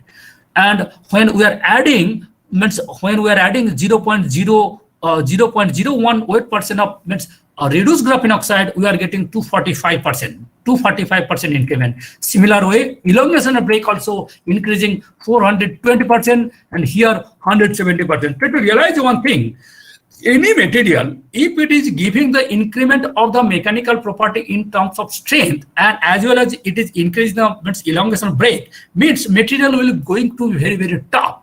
But area under the curve will increase very much. As a result of it, this is called the synergistic effect of the nanofiller, that is giving the increment of the polymer matrix in both the way in terms of mechanical property or in terms of elongation of break also. And we have checked the toughness. That's why you have checked the toughness. Toughness is increased by 400%, and we are getting the increment of toughness 200%. Now, if I compare the graphene oxide and reduced graphene oxide, then you have to appreciate in reduced graphene oxide, there's a lot of OH group and carboxylic group. That's why physical link was there. Physical link means that is the chemical linkage was there with that of the polyurethane, with that of the polyurethane graphene oxide. But when we are reducing this graphene oxide, then what happened, that due to the reduction, the carbon containing, oxygen containing group was reducing, and as a result, number of OH group or number of carboxylic groups get reduced very much, and as a result, interaction point was very, very less. That's why increment in the mechanical property and toughness, it was get reduced. That's why whatever we are getting the 400% of toughness increment, here we are getting the only 200% of mechanical property improvement. So I am going to the in different directions. Whatever I have told you, that three-dimensional porous structure I will be talking for the cryogenic fuel tank that has been used in the aerospace structure, aerospace fuel tank material. Then here, I think you can recall, any liquid nitrogen tank used to use, it used to be very, very heavy. Why it is very, very heavy? One outside metallic component is there, inside one silica-based aerogel, which is thermally highly insulating material we used to use. Whenever we are using the silica-based material, then what happens? Silica is always specific gravity is very, very high. That's why our target was to reduce the weight of the cryogenic tank. If we are able to reduce the weight of the cryogenic tank, then that will be very, very a great achievement for us also. Now, what we have started, before going to that thing, just I will tell you what is aerogel. Whenever we are talking about the gel, that is the basically polymer material. Whatever we are talking about, the aerogel means air plus gel, that is called the aerogel. In any big structure of the material, hydrogel, you must be heard about this material. Water plus polymer, if it is called, that is the hydrogel. In this particular position system, if we able to evaporate the all water, then and without disturbing the structure of the gel material, polymer material, then air will be introduced inside. That is called the aerogel. This aerogel, and do not confuse the aerogel with foam. Foam and aerogel, it is almost similar thing, but when we will be talking about the aerogel, but its void density and its pore size is 2 to 50 nanometer. But when we will be talking about the foam, its pore size always higher than that the nanometer level, and porosity is very, very high, more than 90%. But foam porosity is below 80% or below that also. That is called foam. And if we are able to develop that type of aerogel, the aerogel, as it is almost 90% of only the air, then what happened? Air thermal insulating property is very, very high. Air thermal conductivity is 25 milliwatt per meter Kelvin. Now, this property we want to, that thermal insulating property we want to utilize in our system. Here, what we have done, then we have chosen nanocellulose as a material. In the nanocellulose material, first we have done the hydrogel preparation by gelation process, then direct freezing. In this particular position, what we have done, we have minus 20 degrees centigrade, we have freezed it. Means water that is in the ice form, and as well as the gel, that whatever we have used, the nanocellulose, it will be intact. Now, direct sublimation, if we do, that is called the either supercritical drying process, otherwise we used to use in our laboratory, that is called the lyophilization process. In the lyophilization process, then water, whatever it was inside, it will get evaporated and total gel remains same. And here, though I am showing it's 90%, in our laboratory, we have received almost 90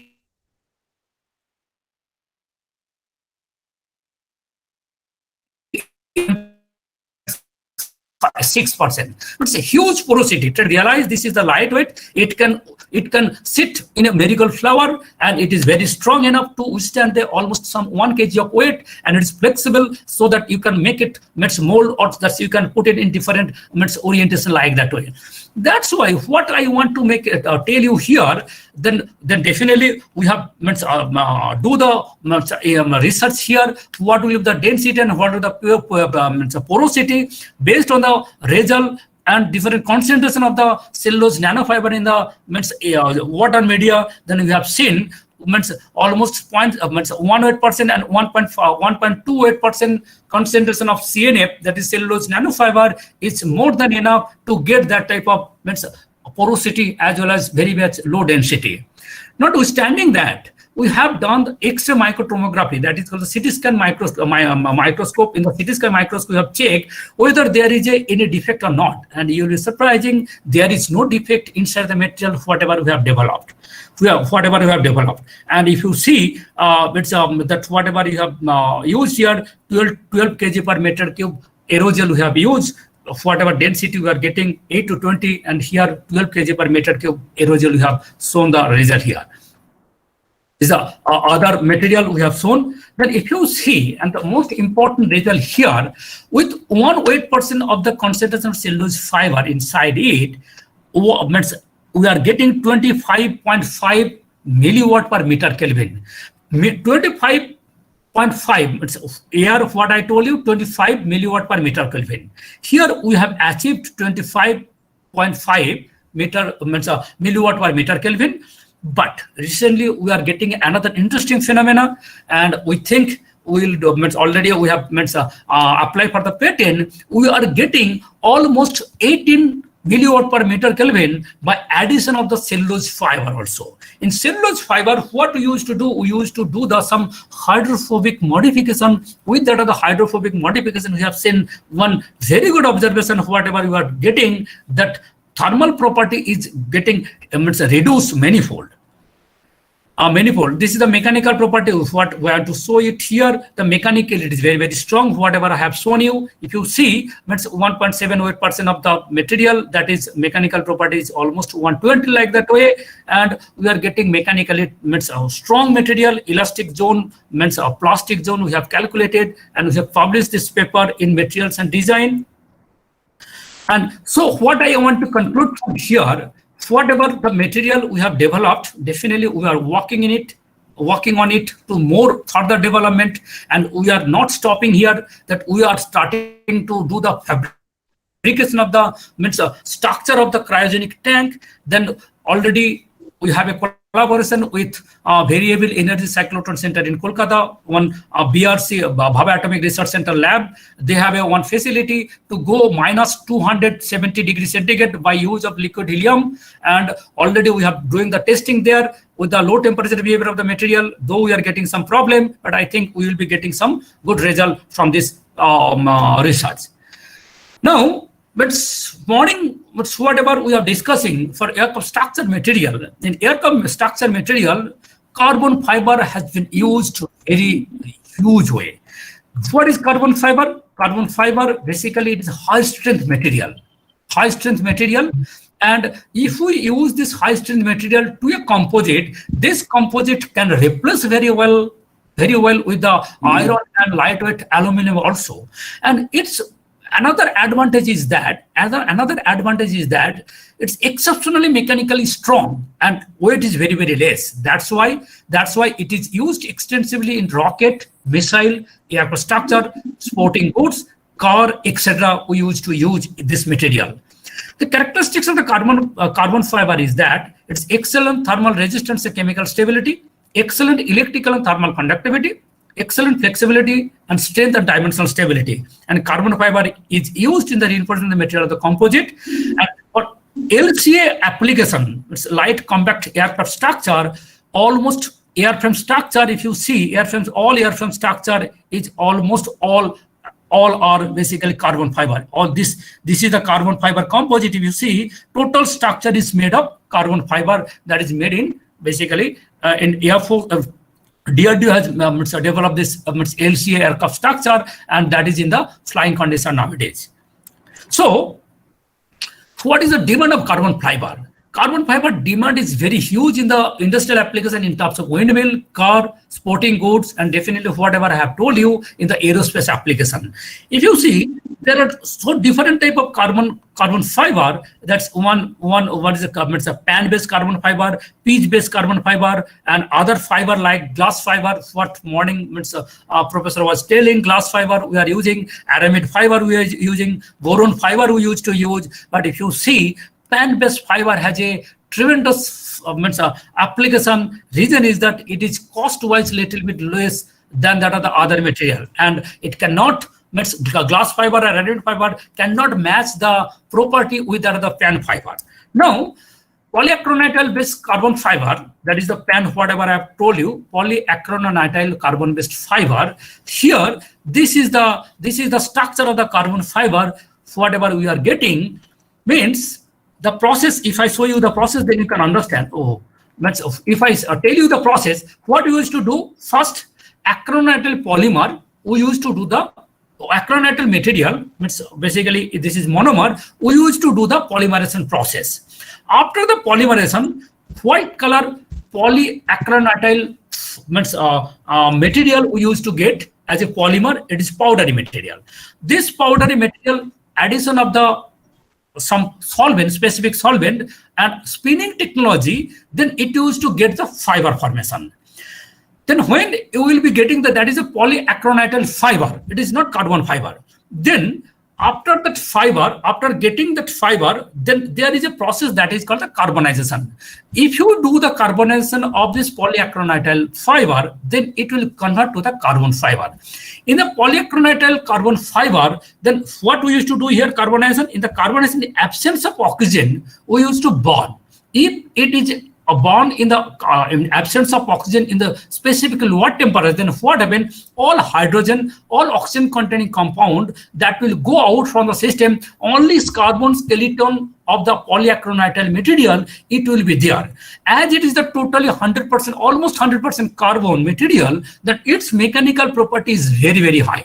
This mechanical property we used to do in the used in the system so that it will help us to do the property improvement of the structural application. Now, just if I coming to the little bit of end, then whenever we are talking about the aerospace material or aerospace product, then there are different approval process of this material as well as the final product. In the certification process, that is very, very important because we never compromise the quality of the final product as well as the raw material that has been used in the aerospace application. First of all, we used to check whether that supplier is approved by the quality audit personnel. If it is the military, then RCMA, they used to give the certificate that is called the Regional Center for Military Airworthiness.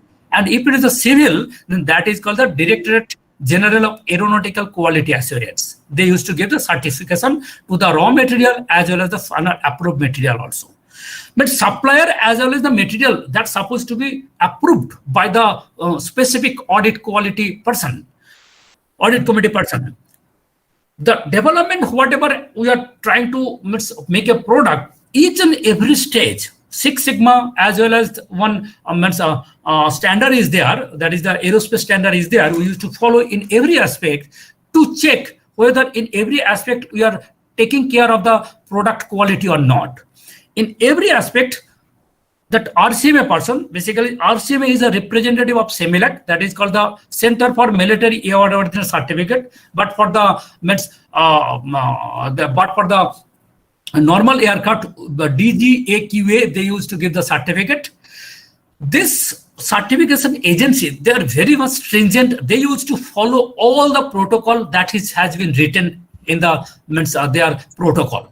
And getting pass certificate of a particular product, it's required sometimes very long time because reliability of this material is very important in the final application. Because try to realize that most of the times I used to talk whenever we are talking about the aerospace industry or space industry, then we are working with a 0% tolerance, a 0%, 100% tolerance and 100% efficient material we supposed to use. Then error limit supposed to be 0%. If there is anything wrong in the air, that nobody can save. Nobody can save you. Basically, that is the reason that we used to give the importance to our pilot because they are taking risks to fly our aircraft. Okay, and the prediction of the advanced composite structure in US Air Force, if you see, we are age of 1980s, then after the 1985 and 1990, if you see, advanced fighter aircraft, whatever we are using, this is the advanced composites come to the market and reduction of the titanium and steel alloy that is going down, and over a period of time, if we are seeing, we will be using most of the, in the internal part, in the external part, we will be using the advanced composite material. And you will be surprising one, it's a good information regarding this carbon fiber composite aircraft made in a Boeing 787, whatever that is Dornier, you people used to talk, that Dornier, that maiden aircraft that has flight 15 December 2009, the total structure has been made with that carbon fiber. And that's why almost 30% reduction of the weight has been done. And as a result of it, they can increase their payload in the aircraft for the carrying the goods or human beings itself. A polymer nano composite market to take up. Basically, we are in the age of 2020. That's value almost 37 billion of US dollar. We are expecting, and if you see the revolutionary fact forces, that 1971 to 1985, textile was the one of the important material. That railroad was another invention. Automobile, I think it is come to the saturation. Computer, we are the age of computer still. If you see, we are come to the saturation. We are come to the near saturation. But in the nanotechnology, I think this is the means we are here, still there is a lot of scope to do the development with that of the nanotechnology to ease up our life. If you see nowadays, earlier computer structure, it was very, very huge. Now we come to that system that it's with a pinpoint, you can get all information. That is the development of the nanotechnology in the information technology or computer technology itself. And I think that will be the future technology that we are talking about. I'd like to acknowledge the financial support from the IIT Roorkee, Science and Engineering Board, Government of India, Department of Science and Technology, Government of India, ISRO, and definitely this is my research team. I have to always appreciate. Without the student, I cannot do anything, and this is my strength of my strength for me. Thank you very much. Any question? I think I've done it a little bit 5 minutes ahead. So any question you please, I'm ready to answer it.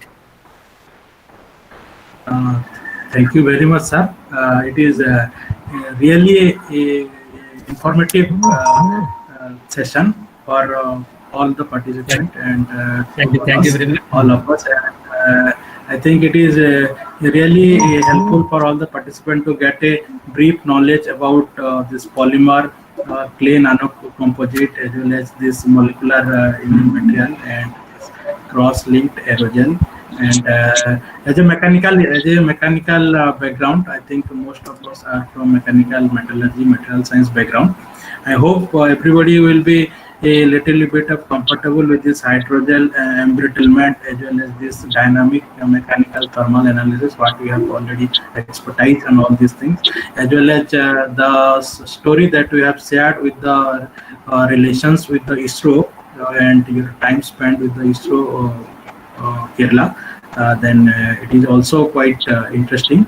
And as well as one of the most interesting topic what I found out is that your self-healing polymer that is really one of the interesting thing. That is really one of the interesting topic. And at the end also that hydrogel, and I have not actually personally I have come across this hydrogel that is used for mostly medical backgrounds like Mr. Sundar, surgery. Mr. Sundar, it is not the hydrogel.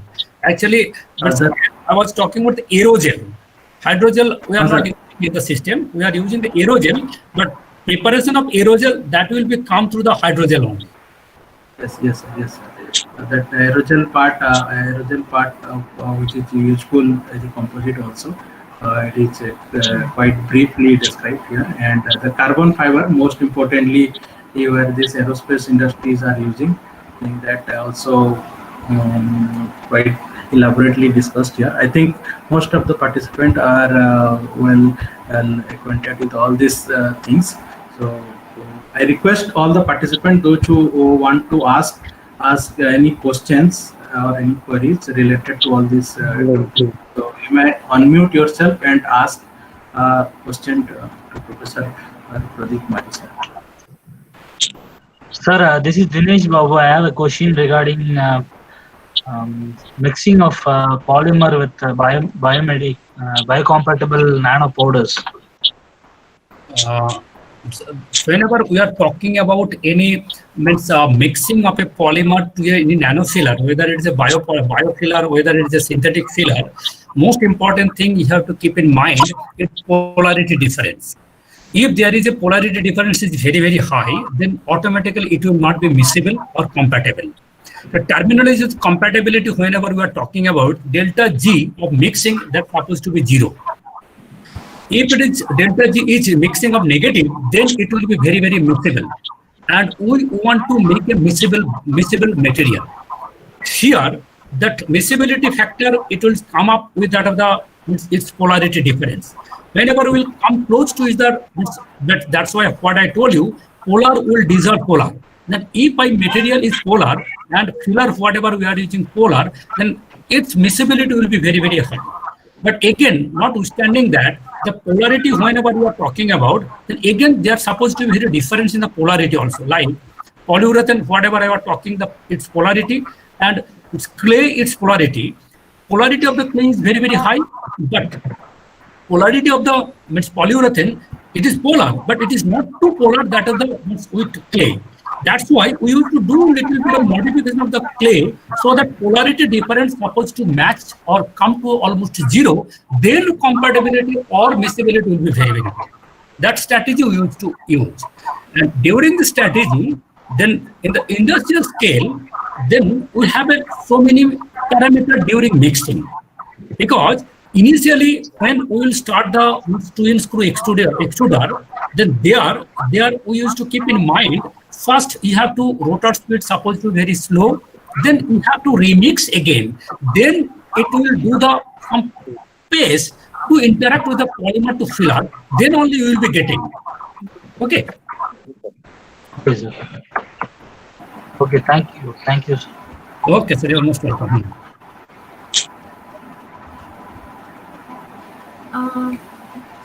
Hello. Yes, Pradeep, sir. Okay. Yes. So there is some questions in the chat box of YouTube also. What is the role of atomic packing factor in any atomic structure, sir? Atomic packing atomic packing is very important for the mechanical property of a material, because sometimes what happen, like if you compare with the crystal structure of the material, means whether it is BCC structure, whether it's FCC structure, whether it's a simple cubic structure, that we used to calculate the packing factor on it.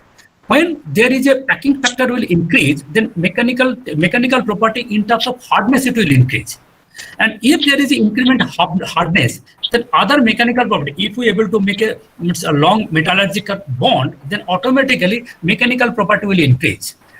But here, whenever you must be aware and you must be knowing that when you will be using a high packing material, sometimes it cannot be mixed with other material, because it will not allow to interact. It will not allow to interact, or it will not allow to go to its inside.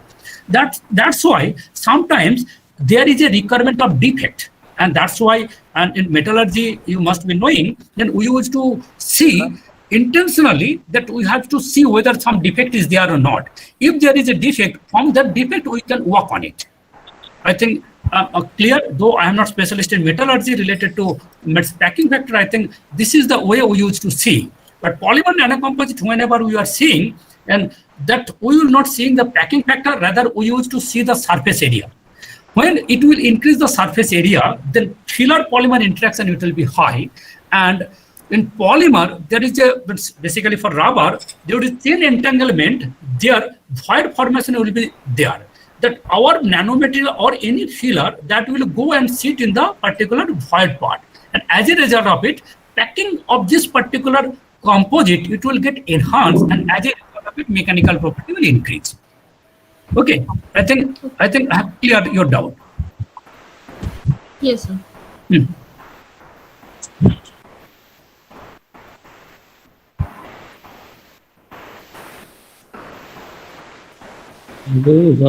Short కొట్టు Sure. Short కొట్టి feedback form ఇచ్చాడు చూడు link. Hello, sir. I'm not getting it. Any questions can be asked to sir? Hello, madam. Any other questions that is asked in the YouTube? No, there is no question in chat box, sir. In YouTube, there is no questions. Any other questions from here in Google Meet? Please let me know. Sir, one more question, sir, from Dinesh Babu. Yes, please go ahead.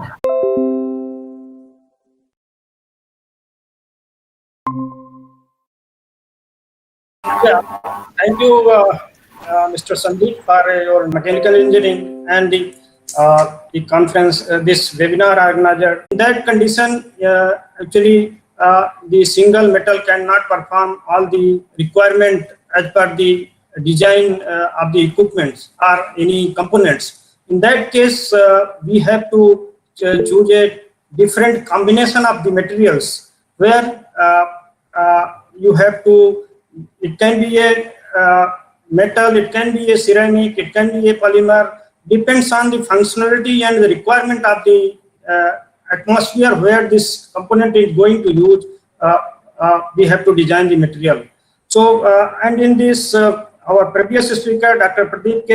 Majhi, IIT Roorkee, he has explained the audience many things about the polymeric matrix composite and how the polymer matrix composite is a lot of useful in aerospace industries, how the dimension tolerances, property tolerances are very much required in case of the defense application, where the life saving and the this fighting of the spirit of the army, which is main requirement, where this actually the material tolerance and is the main features, where we cannot tolerate even a nano scale fly in the material, which can lead to a catastrophic failure of the material, and that's way it will be a loss of life and loss of the economy of the country.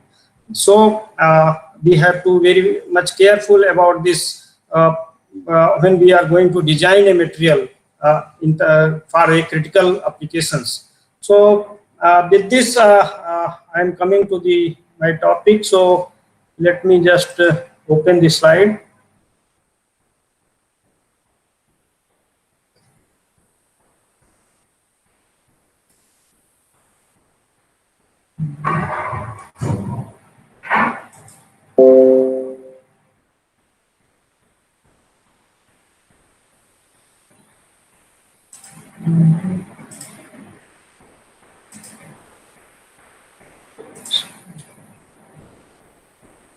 Hello. Is this slide is visible to you, all of you? Not yet, sir. Yes, sir, it is visible now, but it is not in full screen mode. Yeah, just yeah, this is in now in full mode. Yes, sir. So I think so, and it is visible to all, and I am audible to all. So just for your confirmation, I am going to start the presentation right now. Is it visible to all of you? Yes, sir, visible. Yes. Okay. Thank you. So actually, the today's my topic is the lightweight metal matrix nano composite for aerospace and automobile applications. So before going to just to this particular topic, I am just going to just small introduction about our institute, what we are doing, and what are the facility here, which many from in this current situation not possible, but from your institute, many people may have visited IMMT, and in future your students or any faculty can also visit and utilize the facility. So just a brief introduction about this institute. So actually the institute is one of the CSIR, Council of Scientific and Industrial Research Laboratory, which is in the near Acharya Vihar in Bhubaneswar, and it is the actually CSIR. All you must be knowing that it is the most highly funded government organization, where we are doing in the vast area of the research, from medicines to material to aerospace and so many things. And under this CSIR, there is 39 institutes which are spread in different part of the country. In the Odisha, this is the one institute where we are doing mostly the research on the minerals and materials. In this one, we are doing basically supporting the industry related to mineral and material development, and for we are improving their process, we are solving their problems, and we are also providing their solution and cost-effective technology, so that their performance and their product can be actually comparable to the world level in comparison to the world market, so that they can compete with the world market. So in the institute, we are I am working in the advanced material technology development, advanced material technology department, having around 20 scientists and around 5 technical staff, and around 40 to 50 students are there. So we are working in the mostly the development of the alloys and then composites, and then by through a liquid metallurgy as well as the powder metallurgy route, we are working on the coating on the thin film and thick film coatings. We are also working in the ceramic area, so gemstone processing and other ceramic materials for coating as well as the ceramic components. So here are the few facility at the in this department. I'm not totally showing the institute facility, but we are having in the Department of Advanced Material Technology, where we are working for the materials development.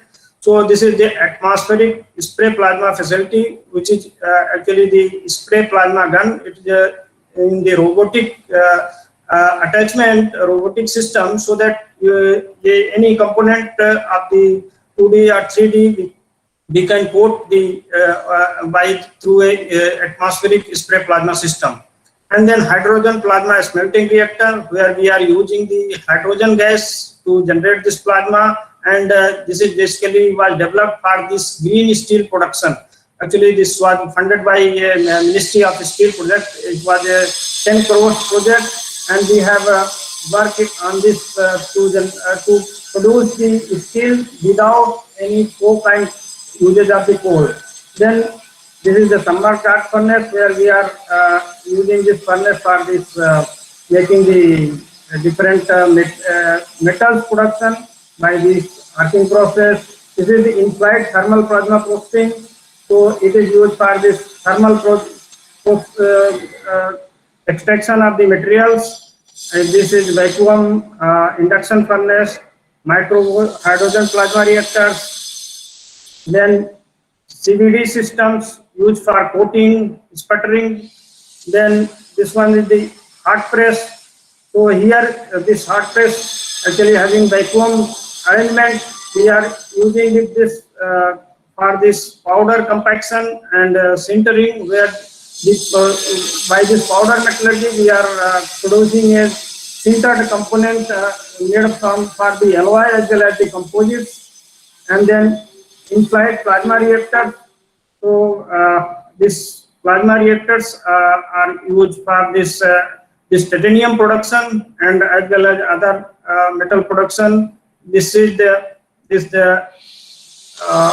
actually this is the microwave sintering setup, and this is the composite making this stir casting setup. So used for the composite production.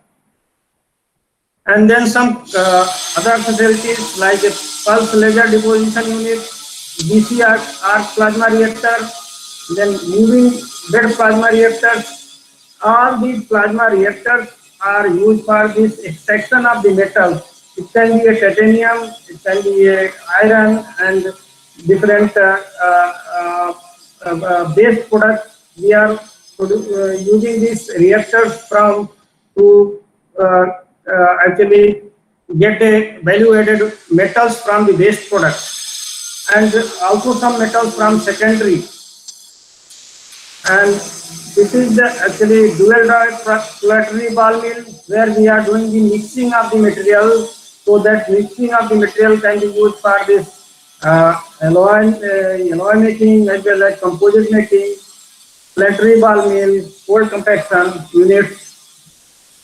Apart from the actually the processing facility, we have a advanced characterization department, and in our department we have a lot of characterization facility which is used for this actually basically for this advanced material characterization, and that actually decide the material property and way of the manufacturing, so that we are actually in the right track or wrong. So that's why we can correct ourselves production process or the manufacturing process, so that we can get a facility. Also universal testing machine, nano and extraction systems, micro hardness measurements, carbon sulfur analyzers, and we have a glow discharge spectroscopy, which can be used for the different chemical elemental analysis in the material in the solid form, and then microscopy, where we can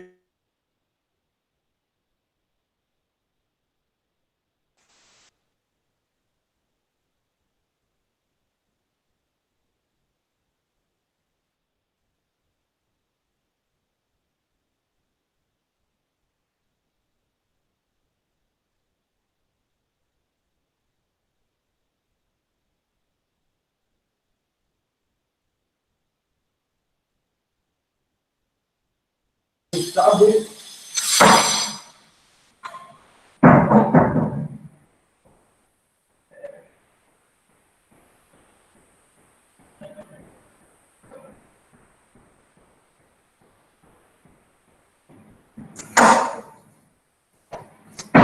Yes, actually, I'm going to start presentation now. This is the outline of the presentation, and just tell about some background of the composite material, and then I will give a short introduction of the composite material, their classifications, applications, synthesis processing methods.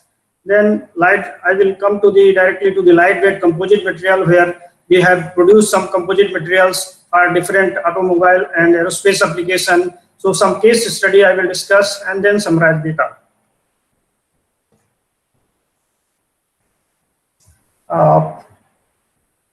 Mr. Sandeep, I am audible? Yeah. Yes, sir. Yes, sir. You are clearly audible, sir. Okay. Okay. So coming to the materials. In materials, there are the many types of material. Generally, there are the 4 types of material which we are using, and from different variety of material, we are producing a new variety of material. That is the another way of classification of the material. But mostly we have a 3 type of material. You can say that metals, where we have aluminum, copper, steel, nickel, zinc, whatever in elemental form you are seeing, pure metals, that are the metals. And then polymers, polymers having different type of polymers, and single material cannot perform the duty or the design requirement of the components. So in that case, we have to go for a new kind of materials which can sustain in this harsh condition, or in the environment where the material actually will be used. So in the suppose you can see this type of fiber polymer matrix composite. So, and when the fibers are discontinuous fibers, the fibers are not a continue, and some continuous fiber. Continuous fiber means from one end to other end, and discontinuous fibers, where the fibers are break like a discontinued. So and this for the composite fabrication, you need a high cost, because you need a reinforcement, and you need a different specialized process of making. You need a different matrix material, and to combine this matrix and reinforcement, you need a very high temperature, sometimes very different property, very different process requirement. So that makes this fabrication is very costly, and a complex mechanical characterization. And in that case, because in this one the reinforcement and the matrix both are together there, but in certain conditions you have to find out the property of the matrix and the property of the reinforcement. So in that case, it is very difficult to characterize how much contribution of this reinforcement in mechanical property and how much contribution of the matrix. And in that, whether we have to reduce the reinforcement, or whether we have to increase the binding between the reinforcement and the matrix. So if you have to get particular idea that how much the contribution of this strength in the, or how much contribution of the creep property in the reinforcement and also the matrix. So individual characterization is very complicated in that case. So and also complicated in the repair of the composite structures. So because if suppose somewhere there is a flaw or somewhere there is a defect in the composite, so if you want to repair, in the case of the alloy, it is very easy to repair. You fill the same composition of the material at that point, and you can get a same property. But in the case of the composite, it is very difficult to repair the composite because your particular point, your properties should not be matched, and that's why the stress razor will be at that point, and ultimately the material may fail at that point. And high combination of the required property may not be available. So in that case also, when we need a high combination of properties, suppose we need a high temperature strength as well as we need a very light weight. In that case, sometimes it is not possible to make a composite where it can be stand around 4,000, 5,000 degree temperature, and also it has a very light weight. So that combination is not possible. So these are some limitations. So coming to the next, where these are just a simple classification of the composites. This is the polymer matrix composite. When we are using as a reinforcement matrix material as a polymers, and reinforcement could be a metal, it could be a ceramics, and it could be any other material, and it can be a combination of the 2 or 3 materials. But matrix is the polymer, so it is called polymer matrix. Metal is matrix, so metal matrix composite, ceramic matrix composite, and carbon composite. And another, already I have told that the classification different is when you are different type of reinforcement, then the composite, again, it will be a particulate reinforcement, or it can be a fiber reinforcement, or it can be a flake reinforcement, and it can be also a continuous fiber reinforcement, discontinuous fiber reinforcement. So, and it can be also a, if you are using fiber as well as a particulates together in a composite, then it can be a hybrid matrix composite. So these are the simple kind of in the nature. There are the different composites are available. So that is a very good example of the nature itself making a composite as per their requirement, or they are designing itself. So suppose you see the bamboo tree is a one form of, this is a composite. If you just cut the bamboo stem, you see there are a lot of fibers in that bamboo. So and it is fiber is made many fibers, and they are together with the binded with this matrix type of material. So it performs the strength, which gives the strength of this bamboo. And also bone, if you see the bone cross section, in the bone cross section, you look, there is a porosity level is different from surface to inside, and these porosity level actually are making it as a composite material, because air property at the surface is different and inside property is different. So it is not a one kind of material, it is a mixture of material. You can say this is the actually a natural composites. Skin also made of several layers, it is also a composite material. This tortoise shell, this cover is a composite material. This tree, palm wood, the cross section you see, there is a different colors you are seeing in different.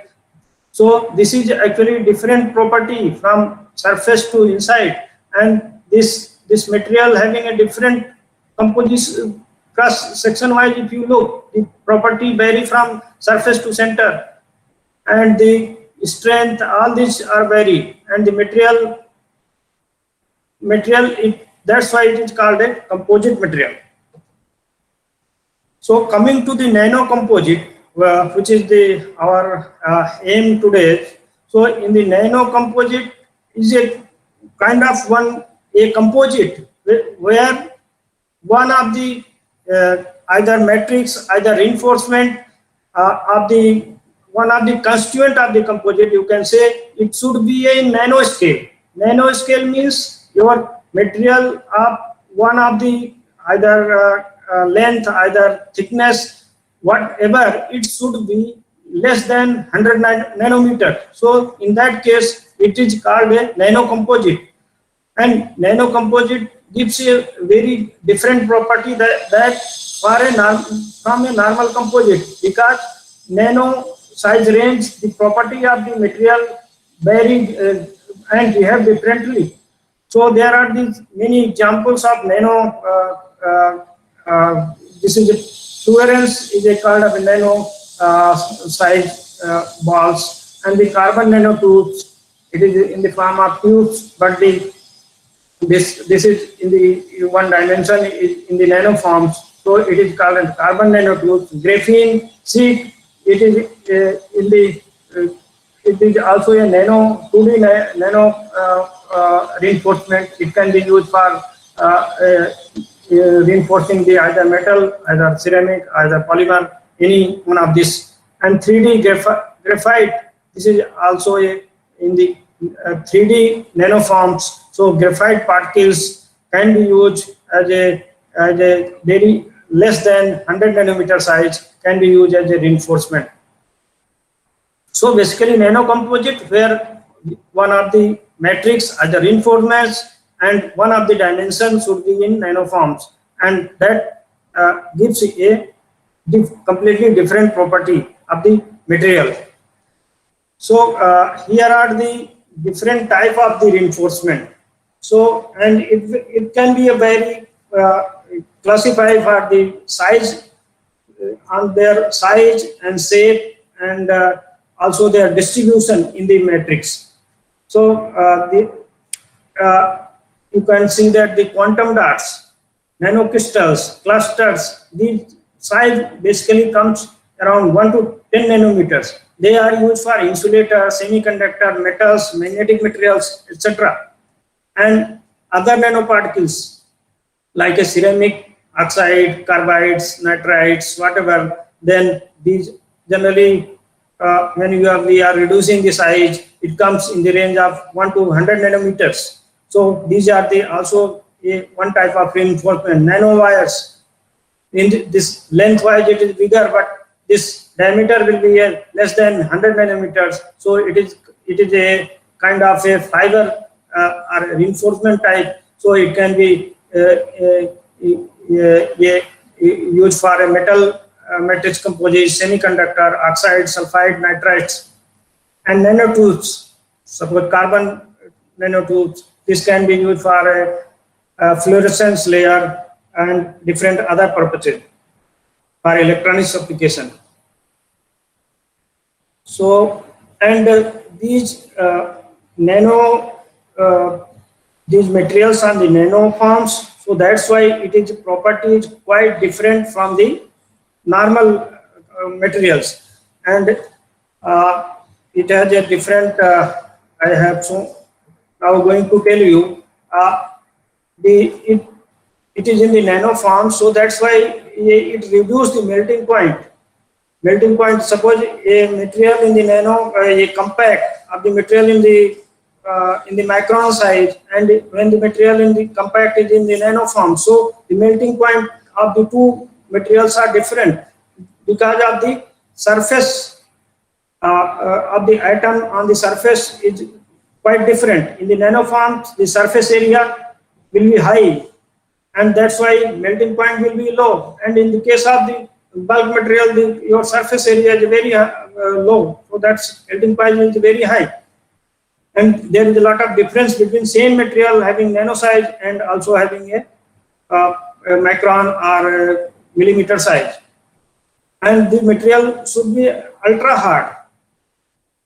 When it is in the nano size range, due to the many defects in the material, so which makes it a ultra lowest hard and ultra hard. So that depends on the how much defects in the material. Even in the alloy or any composite, if you see a very microstructurally. There are some defects in the material as well. But when you are reducing the size, the defect size also you are reducing. So that's why your hardness also vary from bulk material to nanomaterial. Then optical property also changing with the material. Electrical conductivity also changing with this size of the your particles or the crystalline up into that bulk material. Magnetic property, self purification, these are reactivity also changing. If you can see this is the color, how this is changing with this size of the particles in the suspension, this suspended liquid. So here is 150 nanometers, and here if you are decreasing the size, how the color are changing. In this, if you look the gold when it is in nanoforms, it looks like this, and when it is in the bulk form, same gold, but it is in bulk form. Bulk form means actually this is I'm not talking about the ring. I'm talking that in the ring there is the crystals are there, and the crystals again makes the grains, and grains again makes this bulk form. But the crystal whatever here in this ring, that is in the micron size, either it mostly will be micron size, but here the crystals are in the nano size. So that's why the color of the material changing from nano to bulk because of their surface area. So coming to the application of the nano composite, so in the nano composite for the lightweight application, we are using a lightweight matrix. So that's why in the lightweight matrix, lightweight, the material density will be low, and that's why a small same cross section or same weight of the material, if you take a steel and same weight of the material you take the aluminum, so in that case, so you will get a specific strength higher than in case of aluminum. So if you are making it aluminum by reinforcing with other material and making it as a composite, so by using a hard ceramic particles or a hard metallic particles, which can in the nano form, which can make the high strength of this. So that's why you are again increasing the specific strength of the material. So it has a large applications like a transport industry, cylinder, piston, car body, wheels, gearbox, housing, etc., which can be made from this lightweight, high strength applications. Then energy applications where you need a very light weight materials which can sustain also in different environment condition, and also have a sufficient strength to perform the duty as per the design the component. So these are the different energy applications, suppose the flywheel, solar panels, electrical wires, hydrogen storage, etc. Here, and it also because of lightweight, if you see that magnesium, it are mainly used for this computer laptop covers and processor, sensor, chips, electronic packaging material. So these are the composite material because of their lightweight and other property. They can use for a different packaging material, electronics usage, and so on and so forth. So, and some composites it have a very advanced use in the case of different applications, aerospace applications like fighter planes, steel. This is a carbon fiber where the actually the radar can also not detect this one, so that's why it is called a steel fiber. The material having property so that radar wave will not reflect the signals coming from radar. So that's why it has a very strategic applications, and this BMW, which is using actually either carbon fiber roofs and other components of this body, so making a energy efficient vehicle by reducing the weight of the vehicles. And many Daewoo, Ford, all these companies are nowadays using around 25 to 30% of the composite material, so to reduce the weight of the vehicles. And they have a plan in near future to increase their carbon, their composite compositions and lightweight for the lightweighting around 60 to 70% of the components. And some critical components where the composite cannot be used, that definitely they have to use with this go for the alloys. But most of the weight reducing component, even engine body casting, all these are the nowadays are made by this composite material, lightweight composites. And some actually very strategic applications, the composites are also used in the case of this bulletproof vest, where these different kind of materials are used to avoid the penetration of the bullets. In here you can see that there are 3-4 layers of the composites. In that, this is the upper layer are the laminated composites. In middle layer is the armor substrate. In the inner layer, that is a foam, which is just near to the body of the soldiers. So here, there are the different layers having different actually different layers having different properties, so that it can reduce the penetration of this armor bullets and etc. And in the laminated composite, this has a high damping capacity and high resistance to the wear, so that it can avoid the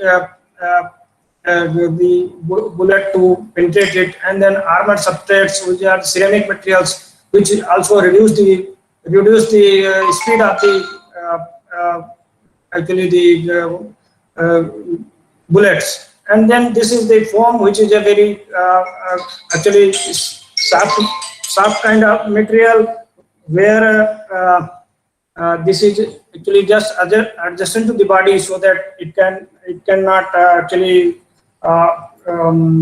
it can reduce the stress what is coming from the bullet to the body, and so many other applications. So now coming to the metal matrix composite. In the metal matrix composite, as I have already told you that the metal matrix composite, the part of the matrix is the metal, and the reinforcement will be different kind of, either it will be a ceramic, or either it can be a metal, either it can be a polymer.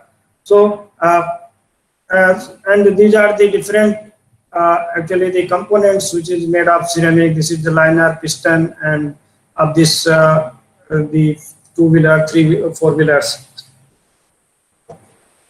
And the property, how you determine the property of the actually composite material when you are adding the 2 or 3 part of the constituent in the composites. So then you have to know that individual property, what are the individual contribution of the different part of the composite.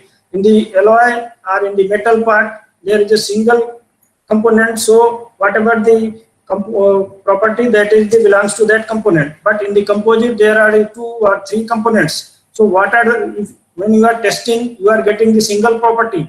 So single property cannot be actually it decide the whole component property, but individually what are the individual component property. So it is actually decided by the and predicted by the mixture rule.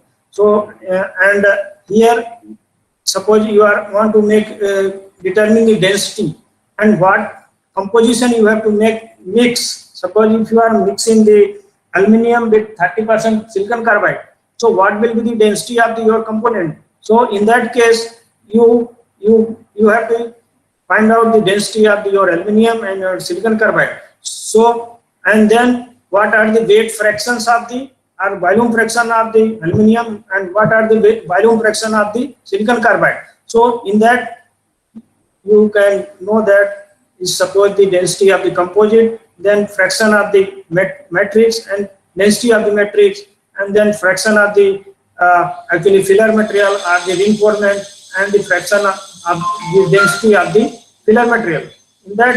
In this equation you can know that the individual part what are the actually different density of the different components, and same time strength, thermal conductivity, and other property also you can get by this formula. The different actually the composites are used for different temperature applications, and that's why suppose if you want to use your within 200 to 400 or from room temperature to 400-degree temperature, then you can use the PMC, polymer matrix composite, where there are the two types, thermoset and thermoplastics. But if you are using your material is designed for a high temperature, then you have to go for these different other materials. So these are the metal matrix, and this is the ceramic matrix. This is carbon-carbon composite having very high temperature stability.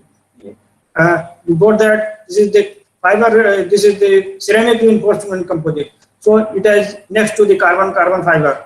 And metals are here in this range, where in that metals superalloys are very much having very high temperature stability. So that these are different, actually kind of variety. If you are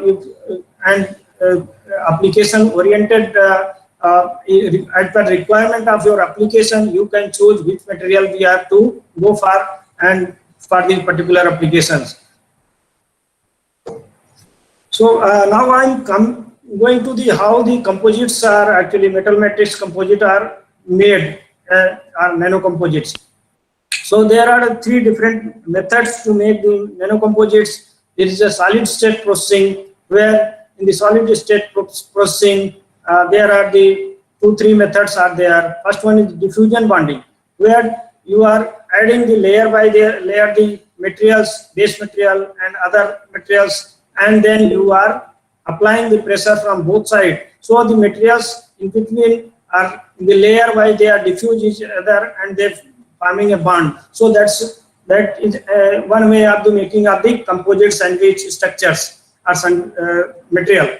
And in other case, if you this is the powder consolidation process, where you have to take the material in the powder form. Suppose if you are making aluminum silicon carbide composite, then you have to aluminum in the powder form, silicon carbide in the powder form, and you are putting the material here in the die by mixing the aluminum and silicon carbide. So that's applying the pressure, and same times you are heating also. So that in both way the material get compressed and sintered. So you get a compact product with the mixture of 2 or 3 materials. So this is called a powder consolidation process. The powder consolidation process also a different type, where you can use the uniaxial pressing. You apply the pressure from one direction and heat the powder from in the furnace, and same time apply the pressure, and you get a compact in the form of the your die design. It depends on what is your design of the die. So you can get the component directly in the form of a die, and it is uniaxially you are pressing. So here the property will be uniform in one direction, may be vary from other direction. So but for that you have to need to press from all direction.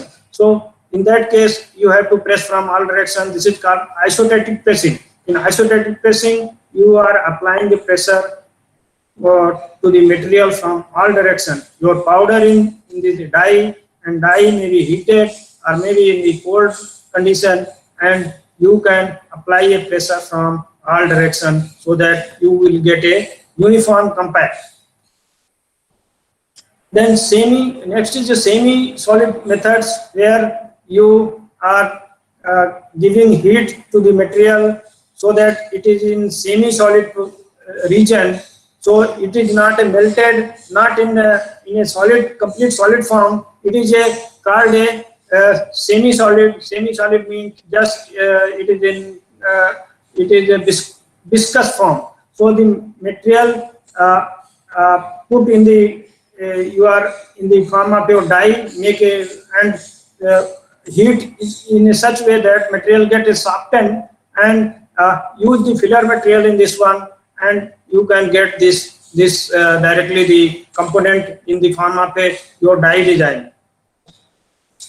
And then liquid state sintering or liquid state forming of the composite, where your one or both of the metrics are both may be in the form of the liquid form, and are one will be in the form of liquid, other will be in the form of a solid. So in that way, your preform and your molten metal. So suppose preform in the solid form or molten metal in the liquid form. So then adding reinforcement in the form of a solid part, and you are mixing by a stirrer, and then you can cast it directly, or you can allow the cast in the mold, and either you can cast through a bottom pouring method. So there are a different method also in stir casting method, and you can make a suppose aluminum silicon carbide composite. If you want to make, you can melt the aluminum, and you can put the silicon carbide after melting, and you apply the stir the material, and then you can cast in the mold. So this is called a stir casting setup for making a nano composite.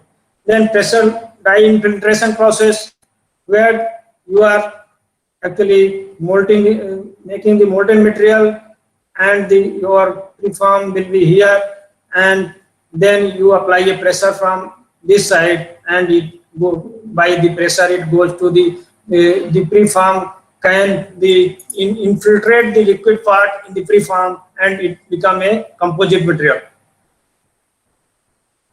So now I have given just an idea about the composites, how they are different applications, and how they are manufactured by different process. Now I am going to show you some case study where we have actually done some work to prepare a nano composite. So here I have prepared a magnesium aluminum nano composite. This was made for different automobile and aerospace components. Suppose this is the we have prepared for HAL Coraport, the gear housing box application, then engine blocks, and some other. This is for actually helicopter part, fighter helicopter. So these are actually use of this composite. So now I am going how actually we have prepared this composite by this powder metallurgy route. In the powder metallurgy route, we have taken this magnesium aluminum powder, we did it mechanical alloying, and then after mechanical alloying, you can see this is your mixture powder. After mechanical alloying, then the powder get hot press by uniaxial hot pressing, so you can get this tablet form in the bulk tablet form, and then further it is extruded, and you after extrusion we have got in the rod form. So and then we studied the property of this composite. So this is actually the parameters what actually used in this process.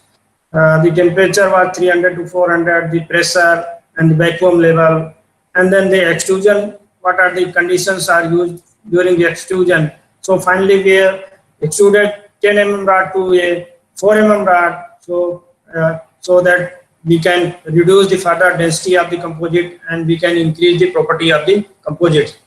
So this is actually the uniaxial hot press, where this is the die, and you are putting the mixed powder in the die, and the die is fitted with this this induction furnace, where it is the coil, induction coil is there in between the die fitted, and this is the upper punch and this is the lower punch. So the upper and lower punch apply the pressure to make a compact, and this induction heating will provide the heat at so that we can get a required sintering temperature and required pressure and required time, so that we can get this dense product.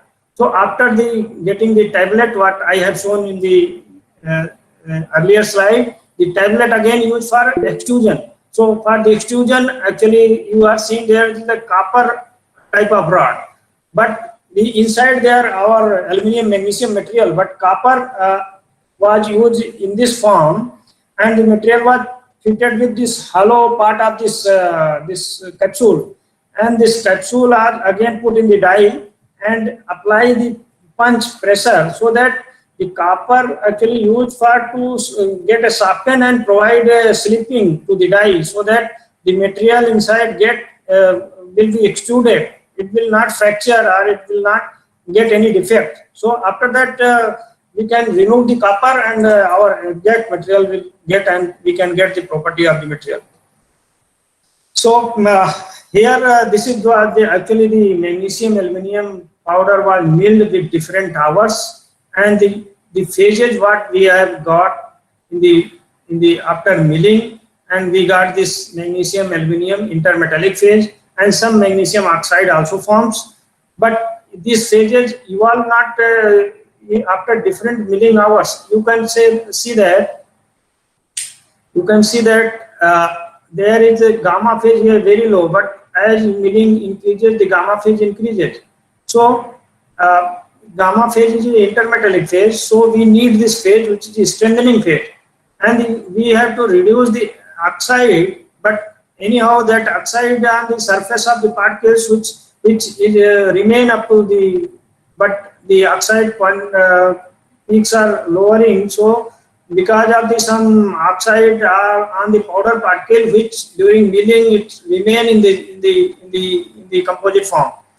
So and you can see that this is the particles during milling, different hours, 5 hours, the almost agglomeration taking place, the all particles become a bigger size, and then if you are increasing further milling time, the particles are getting fractured and the size reduction taking place, but the complete reduction even after 100 hours, you can see that the particles are not come to the as a required size range in the nano size range. That's why we again do is cryo milling. In cryo milling, actually we are milling in the cryo temperature range, so that this material become a brittle, and ductile to brittle transition take place, so that material become a very fracture with during the milling. So that's why we did a 3 hours cryo milling, and we got a nano size range of the particle.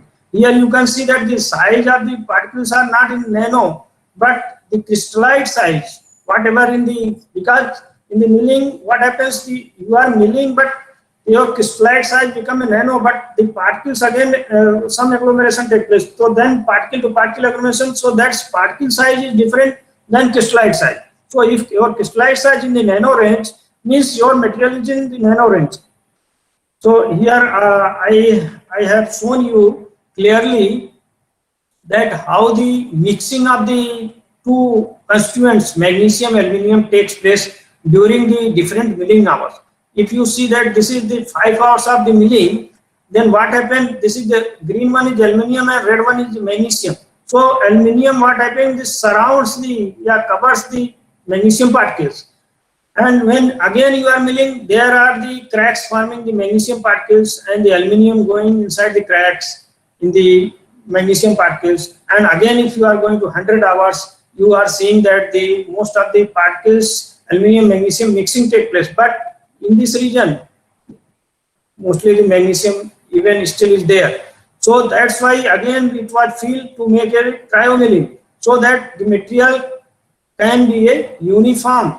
So here you can see that the material magnesium, aluminum almost uniform, and the size is also in a nano crystalline range. So that's why this is a uniform mixture to make a composite. So that's why it was done for 3 hours cryo milling.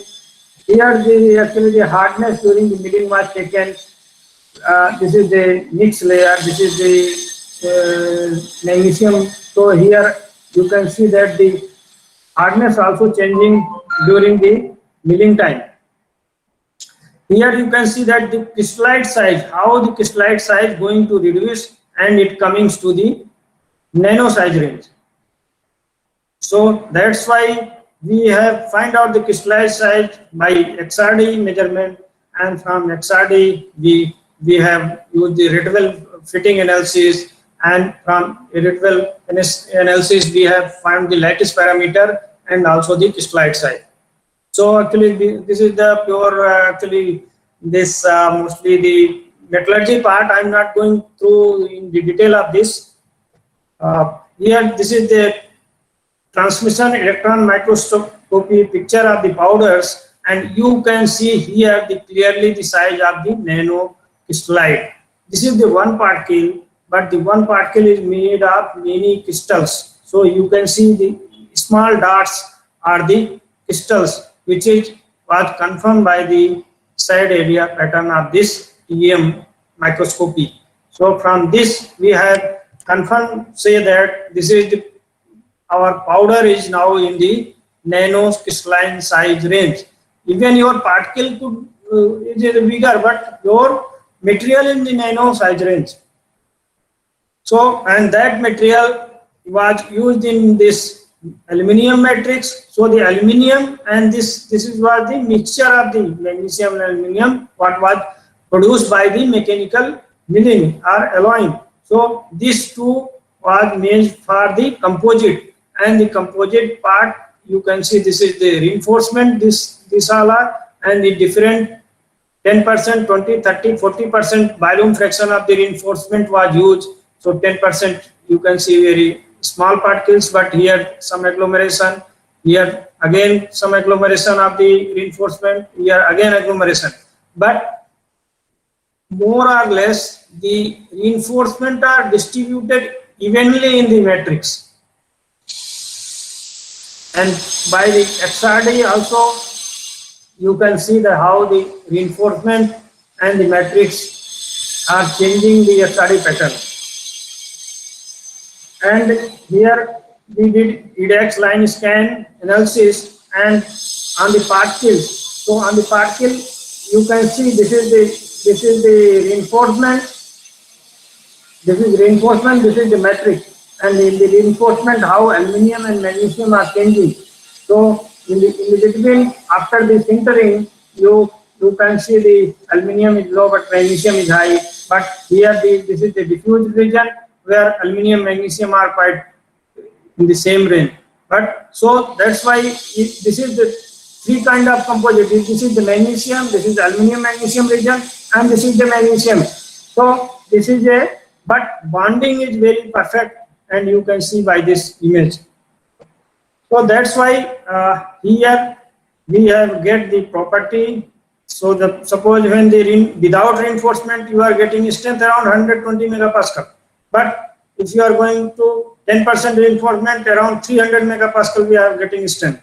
But if you are going to 20% reinforcement we are getting around 600 megapascal strength. So the 600 megapascal, but same time we are actually reducing the ductility certain amount. Here we have a 60% ductility, but here up to 30%. But it depends on application. But when we need a very high ductile material, so that in that case we can add only 10% reinforcement.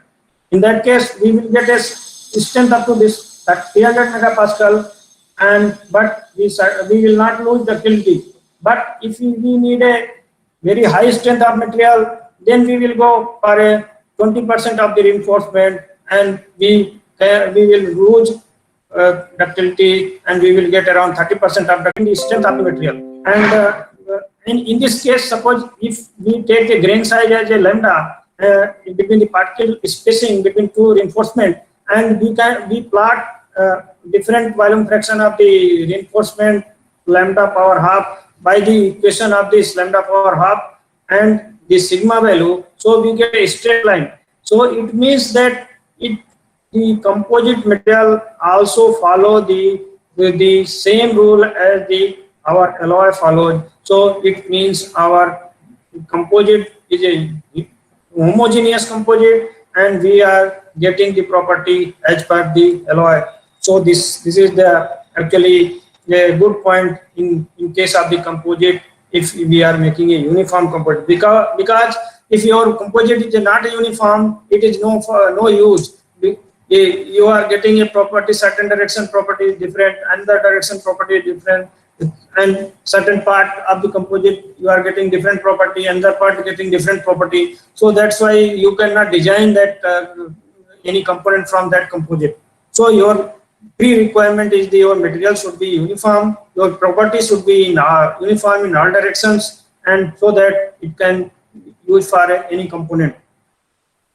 So and again we have studied to the effect of the particle size of the reinforcement in the matrix, and we have taken different range of the particles. This is from 80 to 100 microns particle size in this composite, and then again we reduce the range 40 to 80, and then the 20 to 40 micron size in this one, and then minus 20 micron size of the reinforcement particle in this composite.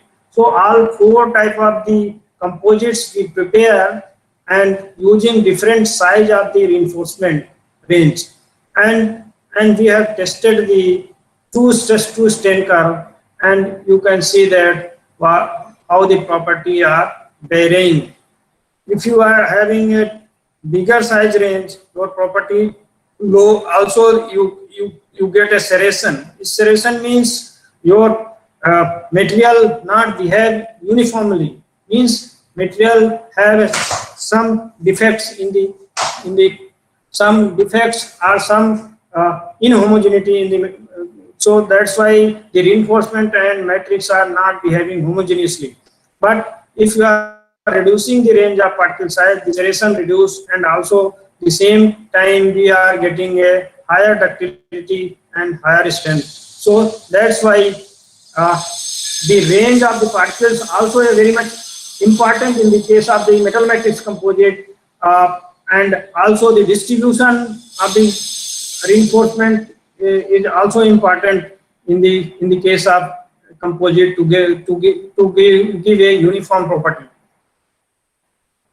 So the fracture surface here also was analyzed in all the four size range of the particles.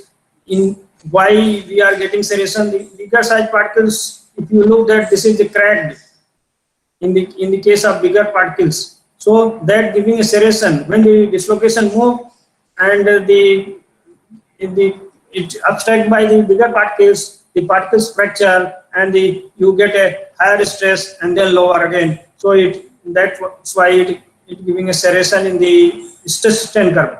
But in the case of the lower size particle, you can see the particles are like a ductile behavior, behaving like ductile matrix, and particles are like a rod type of there. They are not fracturing to each other, so it is deforming uniformly. So next case study, we have prepared this aluminum calcium intermetallic composite, which is the aluminum matrix and aluminum calcium intermetallics were added in the aluminum matrix. So the aluminum calcium matrix, this intermetallic was prepared by mechanical alloying, and this reinforcement again added this aluminum matrix. So by the same process as you have earlier seen that we have prepared the composite, and this composite was actually engine block casting, oil pans of this automobile are basically can be used this. So this is the XRD, how the phases forms and where we have to stop the milling, and what will be the size of the crystal, which is I have already explained in the earlier. So it is like a same here how the actually the phase and how the stability of the phase are there. We have taken XRD at different temperatures by synchrotron radiation, and you can see that how the phases are changing from and different energy. So which temperature should be a better for sintering temperature so that the phases remain. So by this way we can get by the high temperature XRD we can get that whether the sintering temperature will be sufficient to stabilize this phase, or we have to reduce the sintering temperature. That we can get from this one. This is again the phase transformation study. This is again the composite where this you can see the aluminum calcium particles are there, but it is in cluster form when you are increasing. But here we have studied in two different methods. First two are simply blended. The aluminum matrix and the reinforcement are blended in this one. But in this two one, the mechanically milled the reinforcement. So we have to study that whether this mechanical milling has a effect or not. So that was studied in this one. So here you can see the mechanical property of the blended one aluminum, and this is mechanically milled. So there is a huge difference in the property of the mechanically milled. Mechanically milled will give a uniform distribution, as well as the particle interface between the matrix also improves. That's why we are getting a better property in the case of the mechanically milled composite reinforcement distribution compared to the manual blending process. This is the pure aluminum. This is the 20 B20 means 20% of the reinforcement by blending, and this 40% of the reinforcement by blending, manual blending. But this is the mechanically blending 20% and 40%. So in that both cases you are getting better property. Here you can see that the mechanical blending is better than manual blending. So now I'm going to show that the third study, which is the tungsten copper functionally graded nanocomposite. It is different from normal composite. Here we have prepared the functionally graded composite, means the composition from one end to other end varied by different powder metallurgy process. So that's why it is called a functionally graded material. So actually it is prepared for this nuclear plasma facing components, where the temperature is very high, around 10,000 degree temperature for these nuclear facing components, where no material can stand at that 10,000 degree temperature. So in that case, so single material cannot perform the duty of this plasma as a plasma facing component. So that's why a need for generated for a composite material. So any other material, because here the nuclear atmosphere, nuclear active atmosphere, where this many species of the nuclear actives are there. So in that case, the only tungsten can stand in that atmosphere. Other material cannot, because it will be eroded, or it will be neutron will bombard the material and material will destroy it. So that's why we use the tungsten, but tungsten having a low thermal conductivity, so tungsten cannot stand up to 10,000 degree temperature. It should be actually the heat should be extracted from tungsten to the so that it can stand at that temperature. So for the heat extraction, the tungsten should have a high thermal conductivity, but tungsten should not.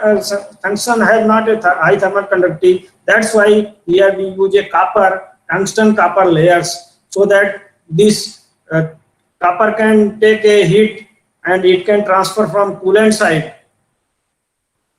So I'm going to tell you here that suppose the heat flux is here, it is plasma facing, this tungsten side is plasma facing, and copper is here, and the cooling water is flowing this side. So the heat should come from this side to this side, so that the tungsten should always maintain a cooling condition, and the temperature should not go above that melting point of the tungsten. So that's why, but tungsten copper having a immiscible system, and both having a high difference in thermal coefficient of expansion. So that's why it is very difficult to weld to tungsten and copper to each other. So that's why we have actually chosen to make a tungsten copper functionally grading, so that we will not directly weld tungsten and copper, but slowly we will reduce tungsten by copper, and the other end will be completely copper. I am showing you here This is actually the process work here. This is the 100% tungsten, and the slowly we have reduced the by copper, so that the heat from tungsten side to copper side it so flow easily, and because of the thermal conductivity difference, the if suppose we will weld tungsten and copper, it will be again will be cracked from interfacing surfaces, because the thermal conductivity the thermal expansion coefficient of both material having different.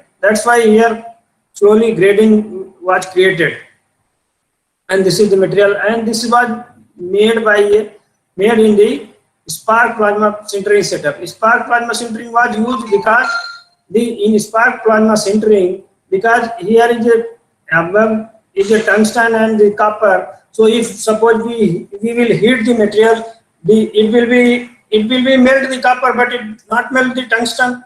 So that's why tungsten copper welding sintering also will not take place. But in this spark plasma sintering, what happened? It depends on the resistance of the material. Heating and the heating temperature also depends on the resistance of the material. So where it will give more resistance, more heating will take place, and where it takes less resistance, less heating will take place. So in that case, the total compact having different temperature. It depends on the composition and temperature also, so that we would able to make the sintering by this process. I'm showing here the component made by three process: the cold pressing followed by sintering, and this is the hot pressing, and this is spark plasma sintering. In cold pressing, you can see, and sintering, you can see there is a crack where the tungsten and copper layer, tungsten and copper gradient is more. The crack will form, and it will be cracked into two form. And in uniaxial pressing also, you can see there is this is not a sintered, this is sintered. So upper part is not sintered, down part is sintered. So this is not suitable for this process. So we use spark plasma sintering. Here you can see that all the samples get sintered completely. If this is the copper side, tungsten side, you can see both are means all the layers are sintered. So here I have, this is the different density we have got during sintering, which using different temperatures, and this is the different layers of the XRD, which is showing the tungsten and copper.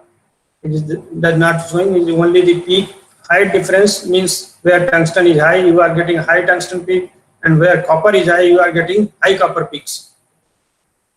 This is actually all the layers you can see here. This is the here tungsten is higher, this is the copper higher. So you can see all layers are completely sintered in the spark plasma sintering.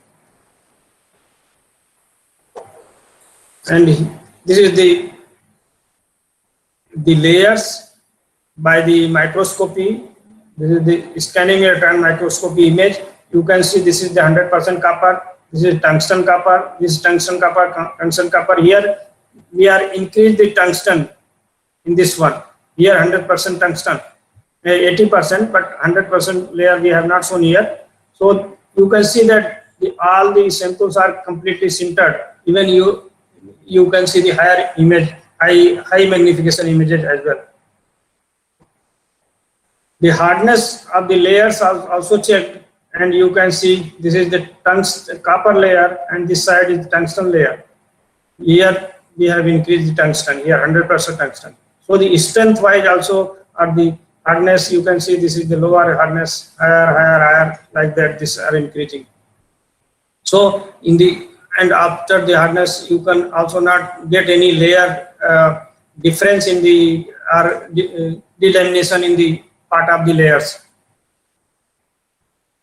And then we have to check the final mechanical property, whether our composite is prepared, this functionally graded material is okay or not. So we have checked by compression testing. You can see that this is the samples, and this is the loading directions, and you can see that different sintering temperature. These are the samples are 950, 1050 degree temperatures.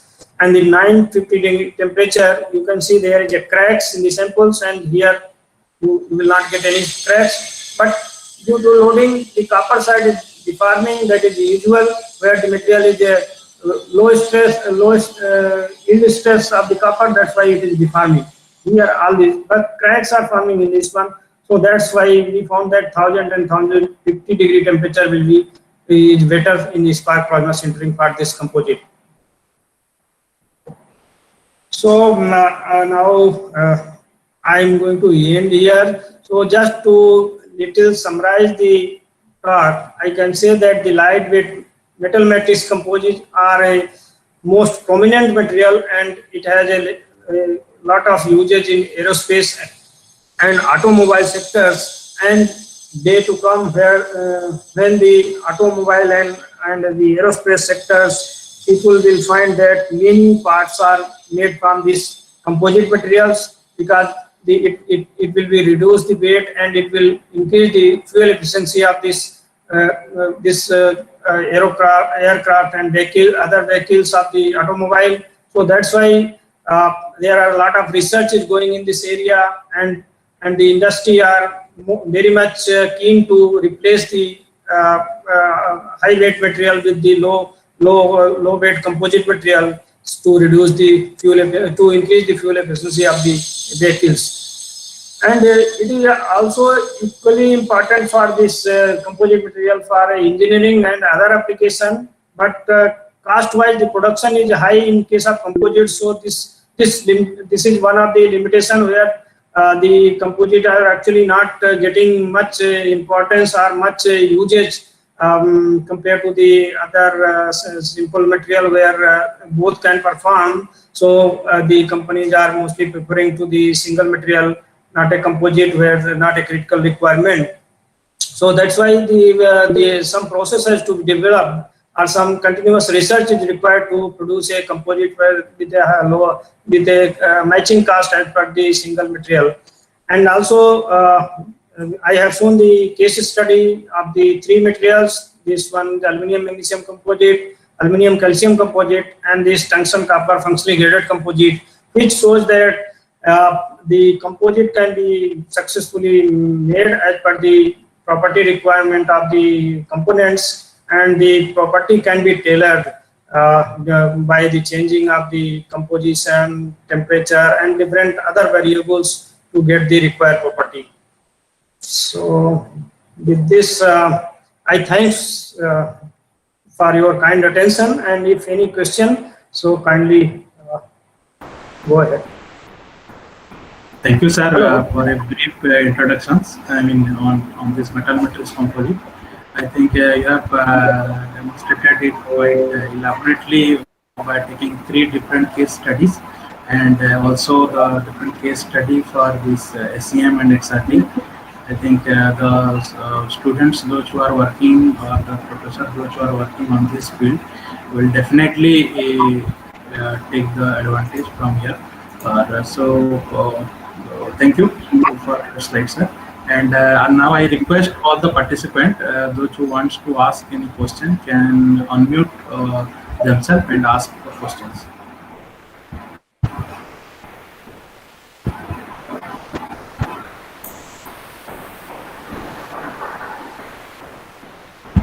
Hello, sir. Good afternoon. I'm Shweta Gantar. Sir, regarding nanoparticles, that they have high conductivity. My question is there any possibility that if we lower the temperature to absolute level, like absolute temperature, the nanoparticles start behaving like superconductors? Yes, whatever I understand, you are telling that nanoparticles, when we are heating, it will become a micron size. So you want to decrease the sintering or your composite making temperature so that it will be remain in nano size. Yes, sir. Yeah.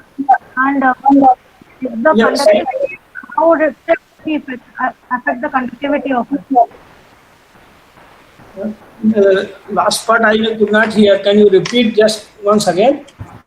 Yes, sir. Actually, my question is that if we reduce the would the nanoparticles start behaving like superconductors? Nanoparticles are behaving like a superconductor, you are saying, Yes, sir. by reducing the size.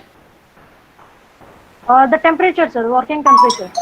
Yeah, there is a possibility actually because the nano, if you are reducing the size of the particles, they are behaving different than the bulk form. So if you have certain materials which have a high thermal the conductivity at the when you are going to reduce the size further and further and further, so there can be a critical size where it can be behave a like a superconductor. Yeah, there is a possibility. Okay, sir. Thank you. Thank you.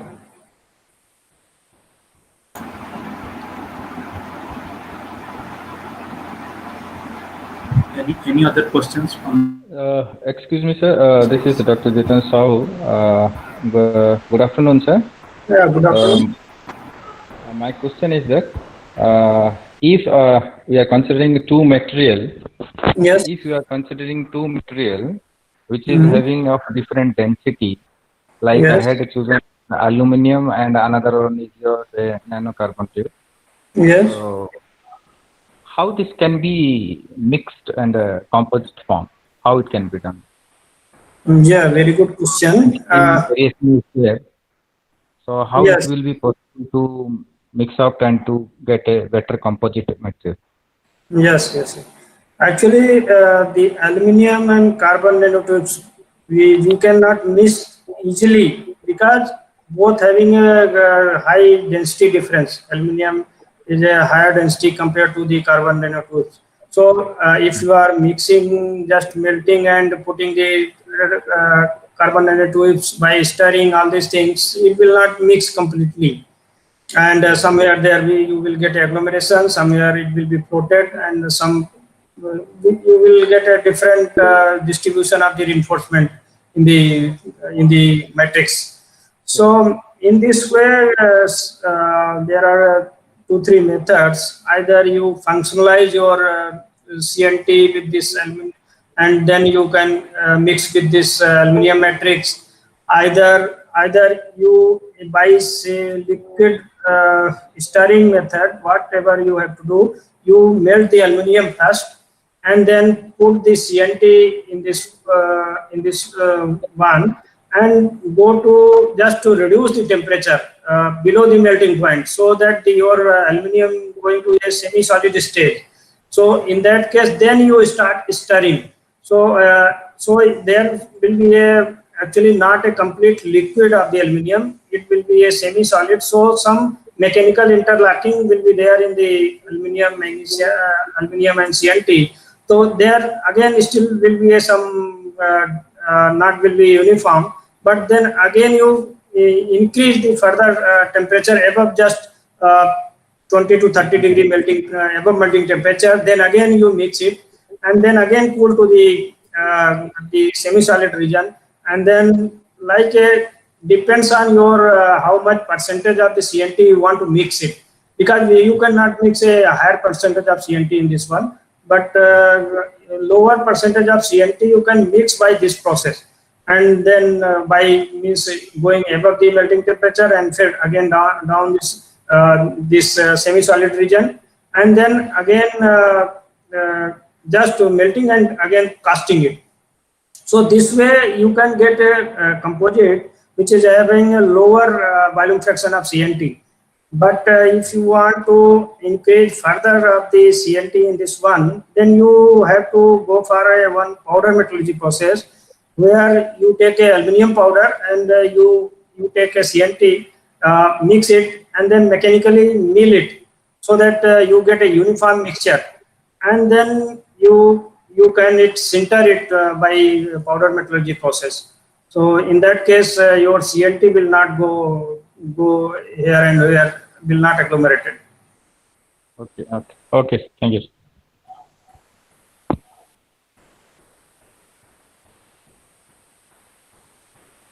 Okay, one or two more questions can be taken. And so if anyone asks, you can ask. Okay, thank you, sir, for your excellent presentation. Myself, Manila.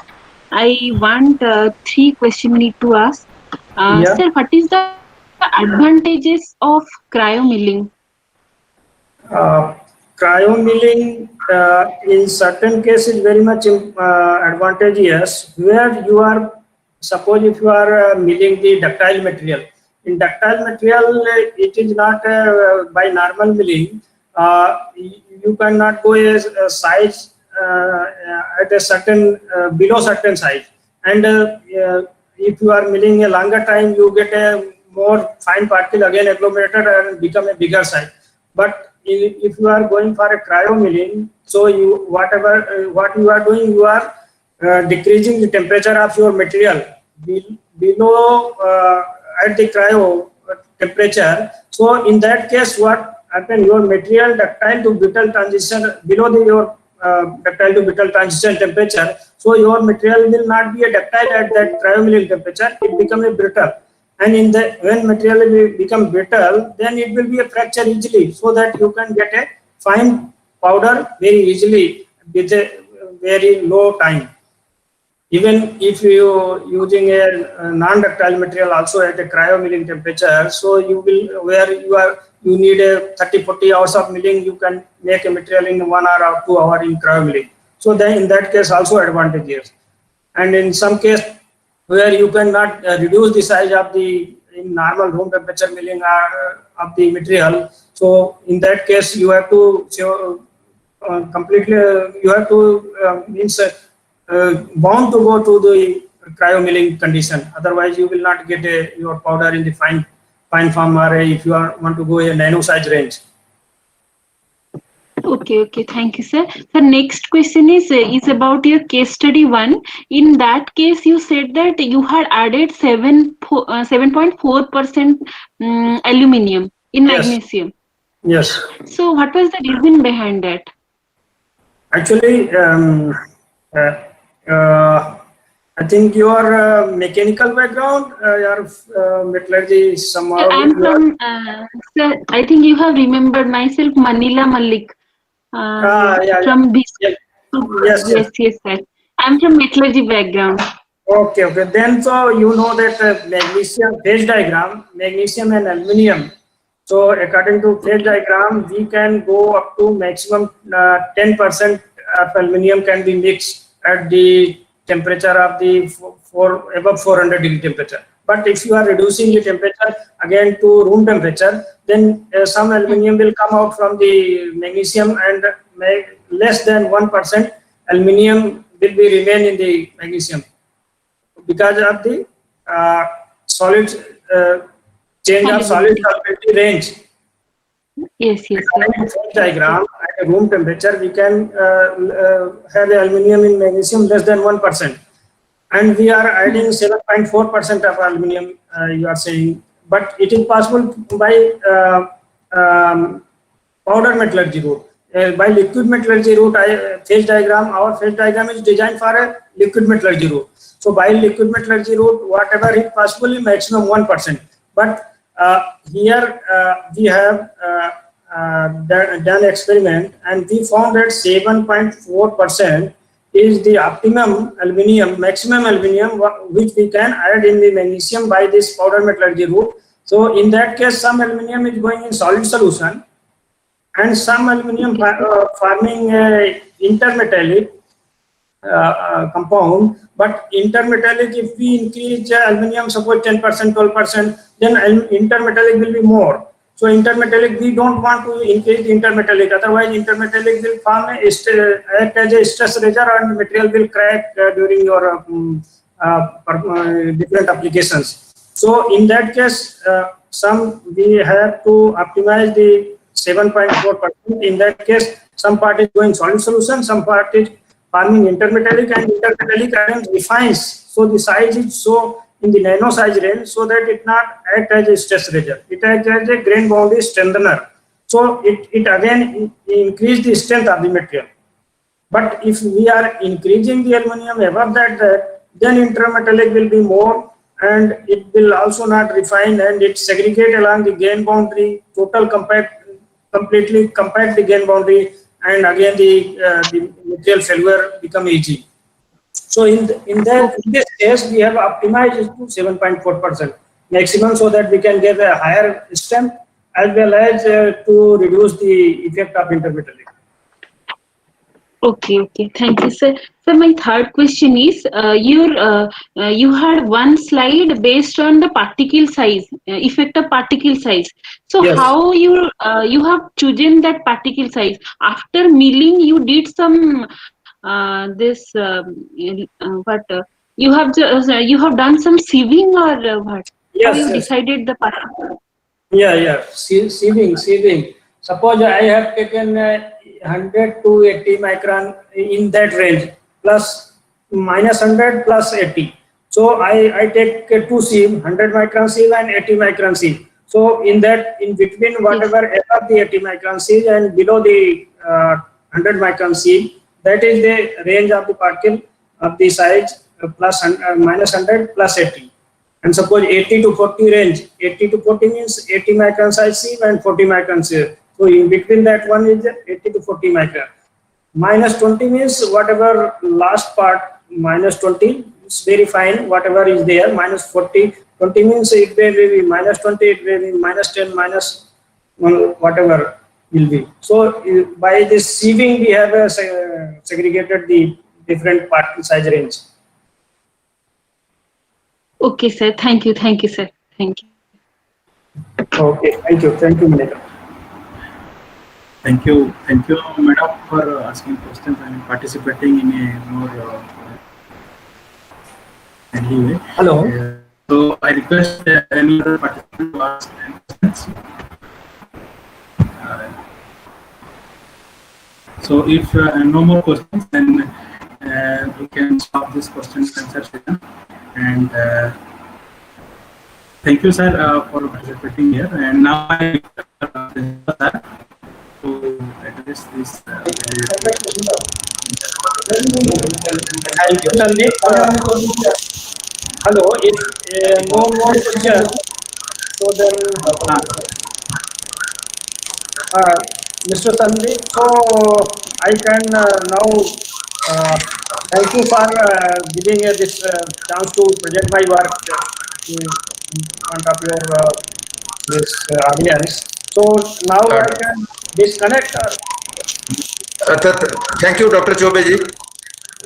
Yes, sir. Thank you. Thank you. I'm principal speaking. So thanks a lot for giving your time, valuable time, and address the students and also the research scholars and faculties, and enlightened them in the field of composite material, what experience you are bearing. Thanks for that, sir. Thank you, sir. Thank you for giving this opportunity to present my work. So I think most of the people have got some advantage of this. So later on, we'll be in touch with you for student internship and other type of things. If anybody interested to work, because so many students they have participated this time in this webinar. If somebody wants to work that, I will take your help, sir. Yes.